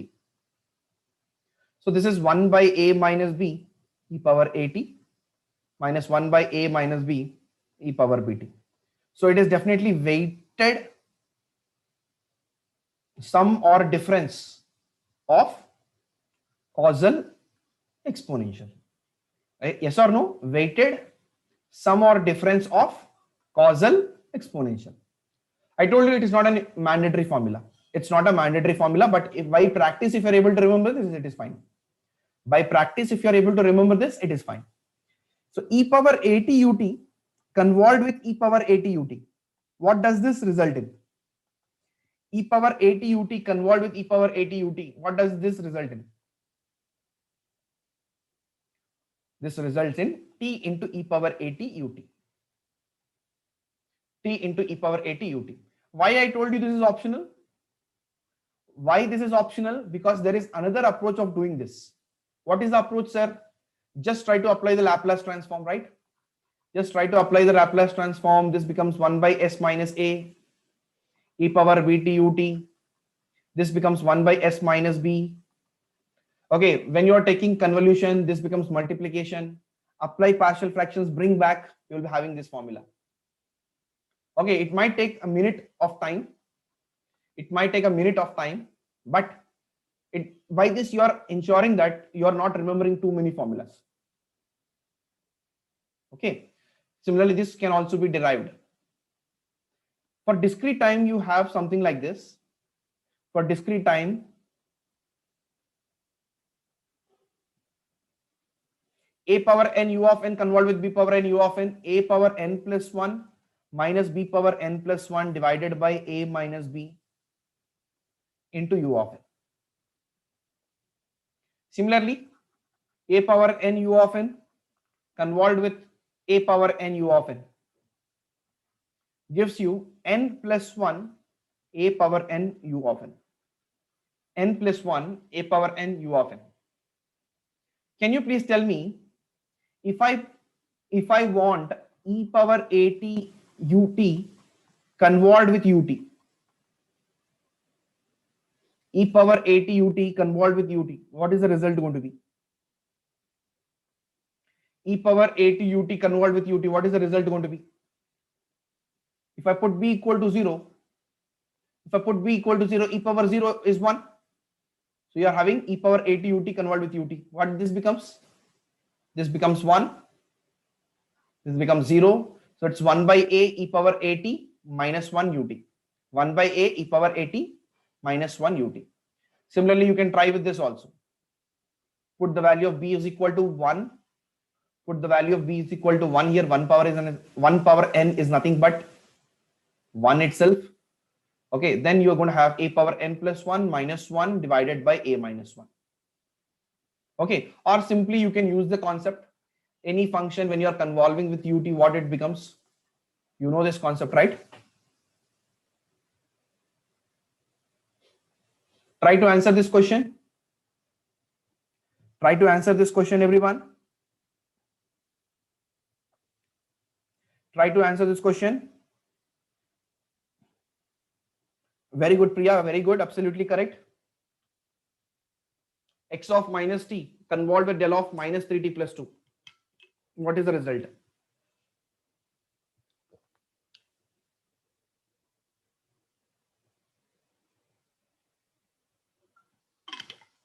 Everyone, I hope you are awake by now.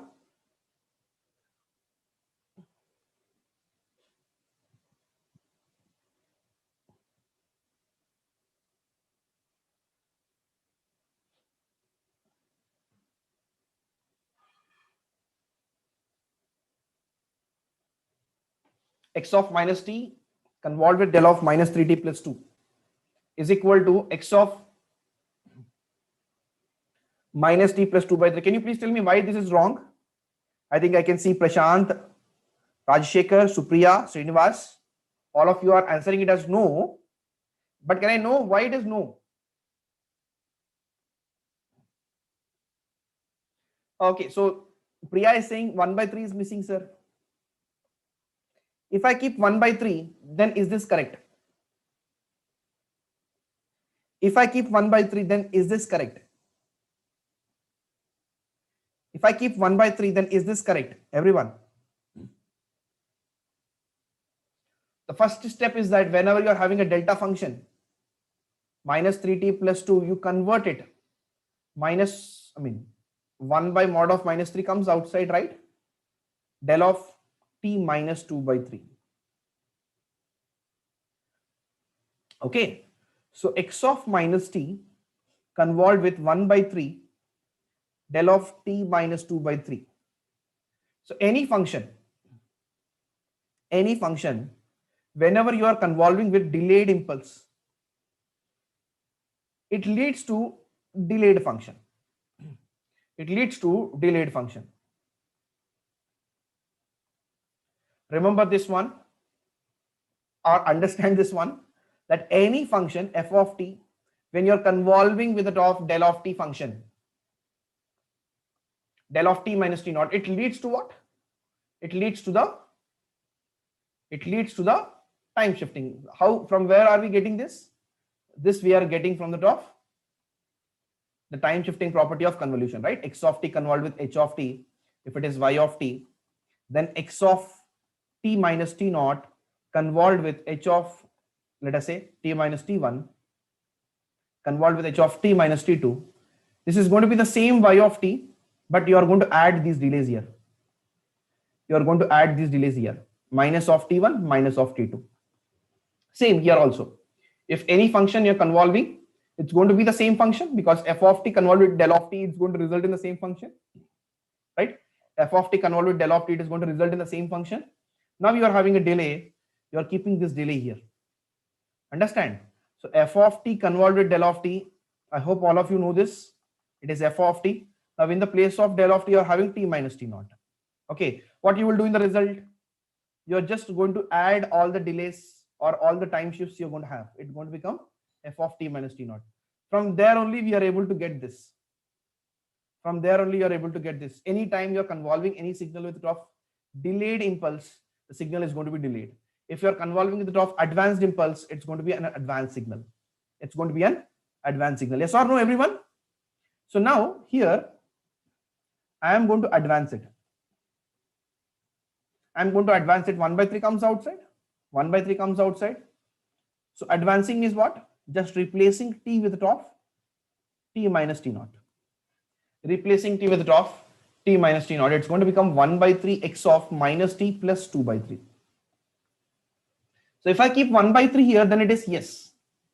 If I keep 1 by 3 here, then it is yes. Okay. I think the students who are saying that, okay, this is wrong, I think this is the step where you might have committed the mistake. This is the step where you might have committed the mistake. Yes or no? It's a very important step. Whenever you're convolving any signal with a delayed impulse, it is going to result in a delayed signal. It's going to result in a delayed signal. From where are we getting this? We are getting from the concept of time shifting property of convolution. We are going to get it from the concept of time shifting property of convolution. Is that clear to all of you? Yes or no? Is that clear to all of you? A very simple question, right? Convolution of step with any function. Convolution of step with any function. Convolution of step with any function will result in the same function. We have already seen this. The answer is no. Very good. Because convolution of any function with the top, the step function will result in the integration or summation of the function. It will result in integration or summation of the function. Can anyone answer this question? U of n convolved with u of n is dash. U of n convolved with u of n is dash. U of n convolved with u of n is dash. The convolution of u of n with u of n is dash. Is it r of n? That is n into u of n, or something else? The answer is n plus 1 into u of n. It's not required to remember. You can just directly do this. You know, whenever you're convolving with the top of the step function, whenever you're convolving with the top of the step function, you are going to get the summation of this, right? So you will get the summation of this, because in the place of f of n, you're having u of n, right? In the place of f of n, you are having u of n. So thereby you're going to have u of k, where k is changing from minus infinity to n, yes or no? Where k is changing from minus infinity to n, and we know u of k just starts from k is equal to 0. K is equal to 0. So u of k is equal to 1 for k greater than or equal to 0, and it is equal to 0 for k less than 0, right? So I'm just considering for k is equal to 0 to n, 1. How many ones we are having? At k is equal to 0, it is 1. At k is equal to 1, it is 1. And so on. At k is equal to n, it is 1. So k is equal to 0, k is equal to 1, k is equal to 2, k is equal to 3, and so on till kn is equal to n. Totally how many ones we are having? Totally how many ones we are having? Totally we are having n plus 1 number of ones.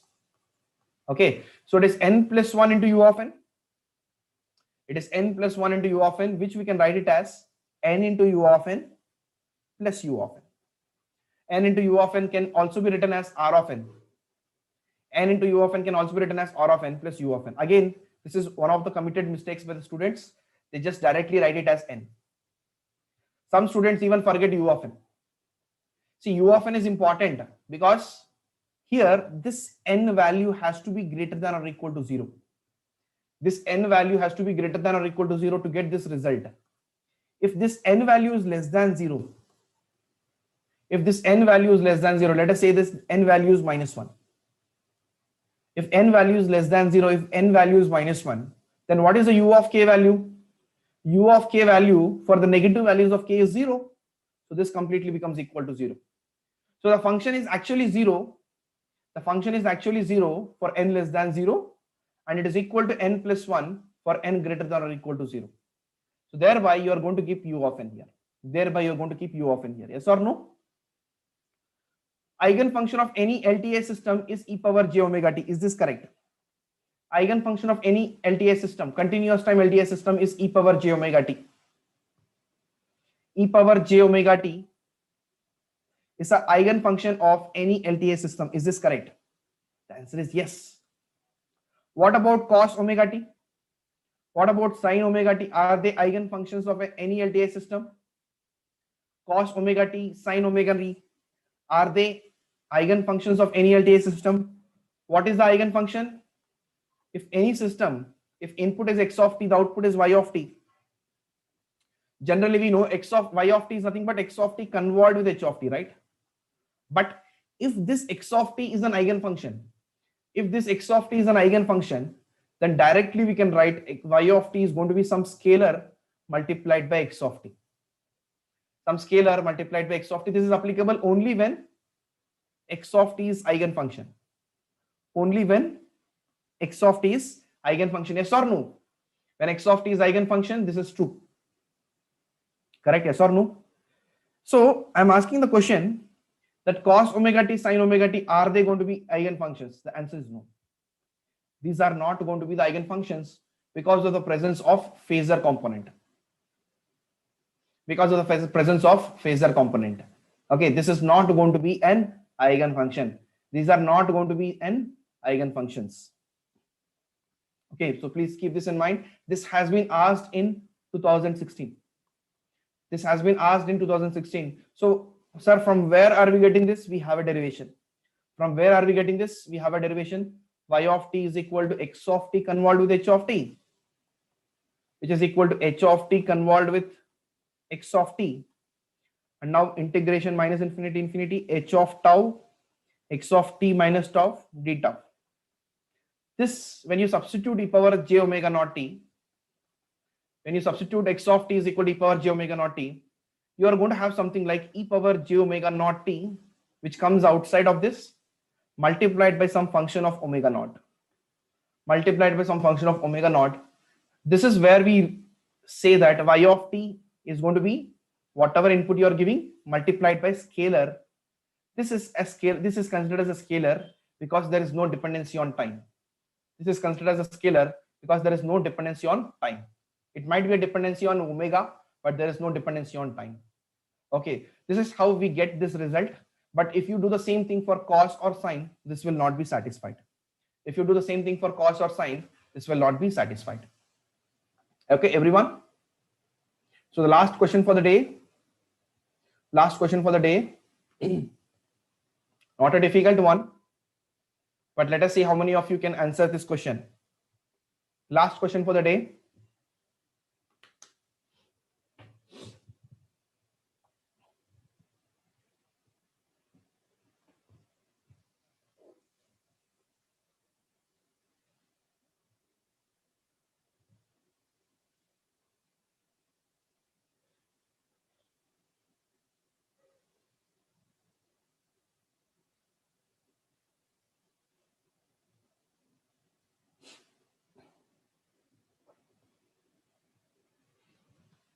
Students who haven't liked the session till now, please like the session.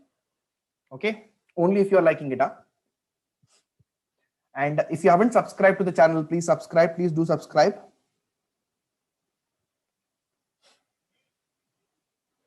Not a difficult question. Not a difficult question at all. Not a difficult question at all. If the impulse response of an LTI system is shown below, then which of the following options is or are correct? Which of the following options is or are correct? If the impulse response of LTI system is shown below, then which of the following options is or are correct? Which of the following options is or are correct?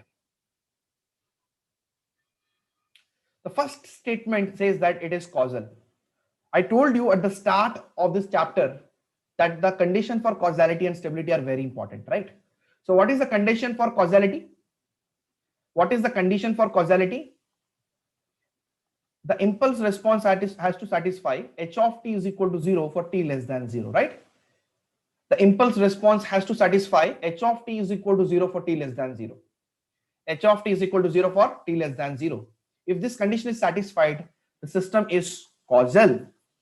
If this condition is satisfied, the system is causal. Similarly, for stability, what is the condition? Impulse response has to be absolutely integrable. The impulse response has to be absolutely integrable. Now, the first condition is not satisfied, right?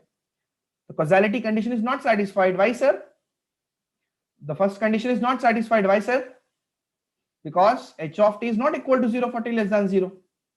H of t is not equal to 0 for t less than 0. The first statement is wrong. What about the second statement? Everyone, the area is finite. The area of this function is finite. Okay, so whenever the area is finite, so basically we are keeping a mod here. When you keep a mod, the negative becomes positive, right? But doesn't matter, this is also absolutely integrable. The system is stable. What is the condition for dynamic system and static system? Not important. The first two are important in the examination, very important. Okay, but the third one is not very important because very rarely the question might come from this. Okay, dynamic system, when h of t is not equal to 0 for t not equal to 0. Whenever you have h of t not equal to 0 for t not equal to 0, then it is a dynamic system, or vice versa. Let me write the static system condition. H of t, if it is equal to 0 for t not equal to 0. If h of t is equal to 0 for all the other values of time except 0, for all the other values of time except 0, then this system is what we call as a static system. This system is nothing but the static system. Okay, if h of t is equal to 0 for all the values of time except t equal to 0. But here you can see that h of t is not equal to 0 for the other values of time. H of t is not equal to 0 for the other values of time. The system is dynamic. The system is dynamic. The last option, the output of the system is always bounded. It says that the output of the system is always bounded irrespective of the input. Irrespective of the input, the output of the system is always bounded. Is this correct? The output of the system is always bounded. Is this correct?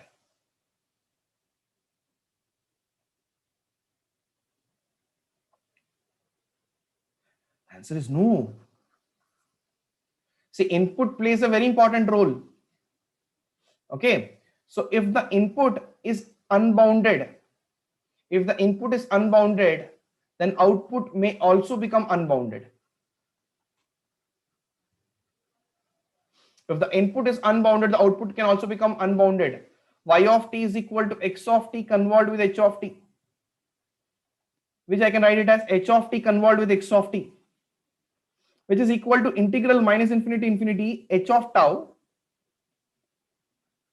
x of t minus tau d tau. Okay, now let me consider something like e power t function. X of t is equal to e power t. Is it bounded or unbounded? Okay, x of t is equal to e power t. Is it bounded or unbounded? X of t is equal to e power t. Is it bounded or unbounded? Very good, it is unbounded. So let me take this example. X of t is equal to e power t. Let me substitute here h of tau e power t minus tau d tau. So e power t, I can bring it outside. I'm having something like integral minus infinity infinity h of tau e power minus tau d tau. Now you see y of t is going to be e power t multiplied by some function. Okay, so this might be bounded. This might be bounded, but e power t is unbounded, which is our input. Okay, so thereby, if this is unbounded, the output is also going to become unbounded. See, the last statement is not about the stability. Many students misinterpret that this is the condition of stability. Stability simply says that the stability game ends that for every bounded input, the output is bounded. For every bounded input, the output is bounded. The stability concept ends here. The question here says that the output is always bounded irrespective of input. This is not the condition for stability, right? This is not the condition for stability. This is something else. The last statement is incorrect. The last statement is incorrect, right? Yes or no? The last statement is incorrect. Okay, so answer for this question is B, C. So Priya has got it correct. Very good, Priya. The other students still have to learn the concept, right? If you have committed any silly mistakes, then learn from your mistakes. Keep a note of all your mistakes. It's a very important time that you have to keep a note of all your mistakes that you're doing, so that when you're attempting for the next time, you can take care of all the mistakes that you have done now. Okay, this will help you in making your performance better and better as the exam becomes near and near. Okay, so this brings us to the end of the session. So if you have time, you can solve this at your home. Anyway, we will see this in the next session. Okay, we will see this question in the next session. We will complete this concept. We will complete this question, and then we will move on to the third chapter, that is Fourier analysis. Okay, so that's it from my side. If you're having any queries, you can ask. If you're having any queries, you can ask. If you haven't still liked the session, please like the session. Okay, if you're liking the session, it will increase our motivation. It's like motivation to do more number of videos. Okay, and thanks a lot for attending the session. If you're having any doubts as far as today's session is concerned, then please ask the queries, clear your queries, and then go home. Okay, and those who don't have any queries, you can leave the session. Please don't forget to subscribe the channel if you haven't. Okay, you will get the instant notifications by clicking the bell icon. Right, so I can see, thank you all of you, whoever are leaving the session, thank you, and come prepared to the next session. Go through your short notes and come prepared to the next question. We will have a very good time in solving the problems. Okay, so there is a question from Nirmal. Should I start my mock? Yes, you have to start your mock tests. Very important. By this time, you should have started your mock test. Okay, very important. If you haven't started, this is a high time that in the month of December, at least try to write 4 to 5 tests. In the month of December, doesn't matter whether you're prepared or not, please try to attempt 4 to 5 tests. Why I'm saying? It is not to get more marks. Your mind requires some time to set for a 3-hour examination. And you will also realize your ability to recollect the concepts. You might think so many things is not clear in my mind. Okay, but actually going there, you will be in a position to recollect so many things. You might not be in a position to recollect few things. So when you're doing your revision, you know exactly what is required in the GATE examination, because you're writing the mock tests. Mock tests are prepared in the format of the GATE examination only. So it will give you a fair amount of idea about what are the areas to focus on. Second thing I wanted to tell you is that if you think that some questions you are not able to solve or they are not taught in your classes, then ensure that you go through the previous year papers, at least last 5 to 6 year papers. If the question did not come from that area, then you should not take the question very seriously, because I've seen students wasting time if they don't, for example, they're attempting any test. They see some area which they haven't been taught earlier, and they didn't know earlier. They start developing the concept to a higher level. Not required. Okay, please try to ensure that you are making the best possible utility of your time. It's very important that you make a best possible utility of your time. Your time has to go on revision, effective revision, focused revision, and writing the tests. It's a very, very important time that you are left with, and ensure that you are making the best possible attempt. Okay, so I don't see any other questions as of now. It means that we can stop the session here. Okay, and I thank my host for hosting this session, and thank you all of you, and wish you all the very best. We will meet in the next session. Thank you.